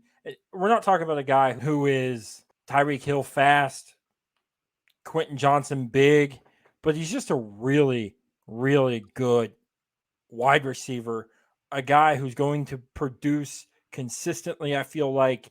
And like I said, when it's all said and done and the smoke clears and the dust settles, this could be the guy that we look back at 7 years from now and say, how was Zay Flowers the third or fourth or fifth receiver off the board? This guy was clearly the best receiver in the draft. Could be. He's that guy for me. So for me, if I'm the Chiefs, I'm taking Zay Flowers. I'm not thinking twice about it. I'm not questioning it. My scout says it. I said, you get a pay raise. So that's what's happening. Makes a ton of sense. And I mean, hey, if he's going to go to a team and if he might live up to that draft projection you're talking about, that's the perfect quarterback and head coach and offense maybe overall for him to go to, with a weapon like a Travis Kelce there to be the number one guy. And with, just gobs of talent there. Juju did leave, so there is certainly a position wide open there. Him, Sky Moore, Kadarius Toney. There's some young weapons there. I know they took Sky Moore last year, but here's the thing. Let me. There's a difference between like a third round pick or a fourth round pick and a first round wide receiver. And Zay Flowers is a first round wide receiver. Yeah, no, I'm definitely with you on that. That's why everyone who's like, "Oh, I don't know why the Jets would draft a wide receiver because Aaron Rodgers was throwing to a rookie. He was throwing to Romeo Doubs. Let's calm down. It's not like he's throwing to Garrett Wilson last year. Like, it's not like he'd be throwing to Jackson Smith-Njigba. But sorry, I went on a different rampage. But point remains, it's Zay Flowers, the pick there for the Chiefs at 31. And ladies and gentlemen, that officially completes the 2023 first round NFL mock for us here on the Somewhat Sports Podcast. The third ever NFL mock we've done. And I got to say, guys, I think it was just as successful, if not more so, than the first two. Lads, I think we did a bang up job. I think all four of us should be getting, calls and text messages here to be joining organizations. Yeah, only four of us. Only four of us did a great job. The fifth one bailed. Well, no, the fifth one was knocked out because of Dame's selection. I'm convinced Dame had someone cut Chris's Wi-Fi, but sadly, our fearless leader could not join us for the completion of this episode. But he is always with us in spirit.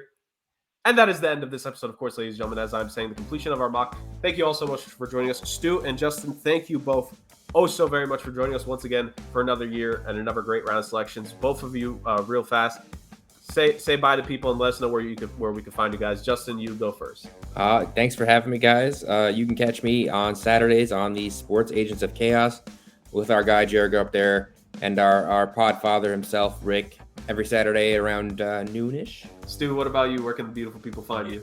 Wherever podcasts are, you can find the Morning Brew with Stu. You can find obviously me on Twitter right there at StuPuck5. I got a lot of draft content coming out. Tight end rankings, they're coming out. Actually, they're already out. I already released them. My bad. Dropped them. Got a podcast coming out tonight, maybe tomorrow, maybe Wednesday morning. Whenever this comes out, my podcast should be out. My new episode should be talking draft. That's pretty much all it is at this point till April. Then I got what I call a big event for the Morning Brew Stew podcast coming up in a few months, or at the end of May and heading into June. My top 32 quarterback rankings for the NFL quarterbacks. So that's always a big project. I dedicate myself time and effort to. But got a lot of fun stuff, a lot of fun interviews. Go check them out. Go give them listens. And I appreciate you having me back on, Jurg. I appreciate you letting me on here. I love doing this type of stuff. I love doing these mock draft 3.0, the final one. I'm not like Jurg's guy Mel or Jurg's guy Todd McShay, where I put out mock draft 15.0 and then be like, look, I got it right. Yeah, because it took you 15 tries to get it right. I do it 3 times, pre-combine, post-combine, a week before the draft. Get my third mock draft out, my final one. And then my top 50 big board will come out the day before the draft. I'll tell you who I think the top 50 prospects in all of the draft is. Jurg, big thank you for letting me back on. Big thank you to you guys for letting me come back on. I love doing this. Of course, brother. We always love having you on. That is the Morning Brew with Stu that he's talked about. You can definitely find the podcast on SoundCloud, like you said, Spotify and Apple, I'm sure, as well. Wherever your podcast can be found. There we go, ladies and gentlemen. Of course, you're listening to that. You just listened to another episode of the Somewhat Sports Podcast. Find us on Instagram at somewhat.sports, where we always post updates. We will be posting a summary of all of our draft selections after this episode comes out. And of course, if you're listening to this amazing episode, why don't you hit like, comment, and subscribe to the YouTube channel, Somewhat Space and Sports on YouTube, and continue to listen to us on Spotify as well. If that's how you are listening to us, please give us 5 stars on Spotify. Follow the show. Let us know, what do you want more of? Do you want more people like Stu and Justin to be on? Do you want more of me and Dame doing it? Do you want more or less Chris? I personally think more Chris is better, but I know Dame would disagree with that. Why yourself on that one? But guys, thank you so much for joining us for the third ever mock round one mock here for the Somewhat Sports Podcast 2023 in the books. I think there's no better way to head into the eventual spring and summer of 2023 than saying, once again, this year will be the year of the Somewhat Sports Podcast. Thank you all so much for joining us. We will see you guys next time.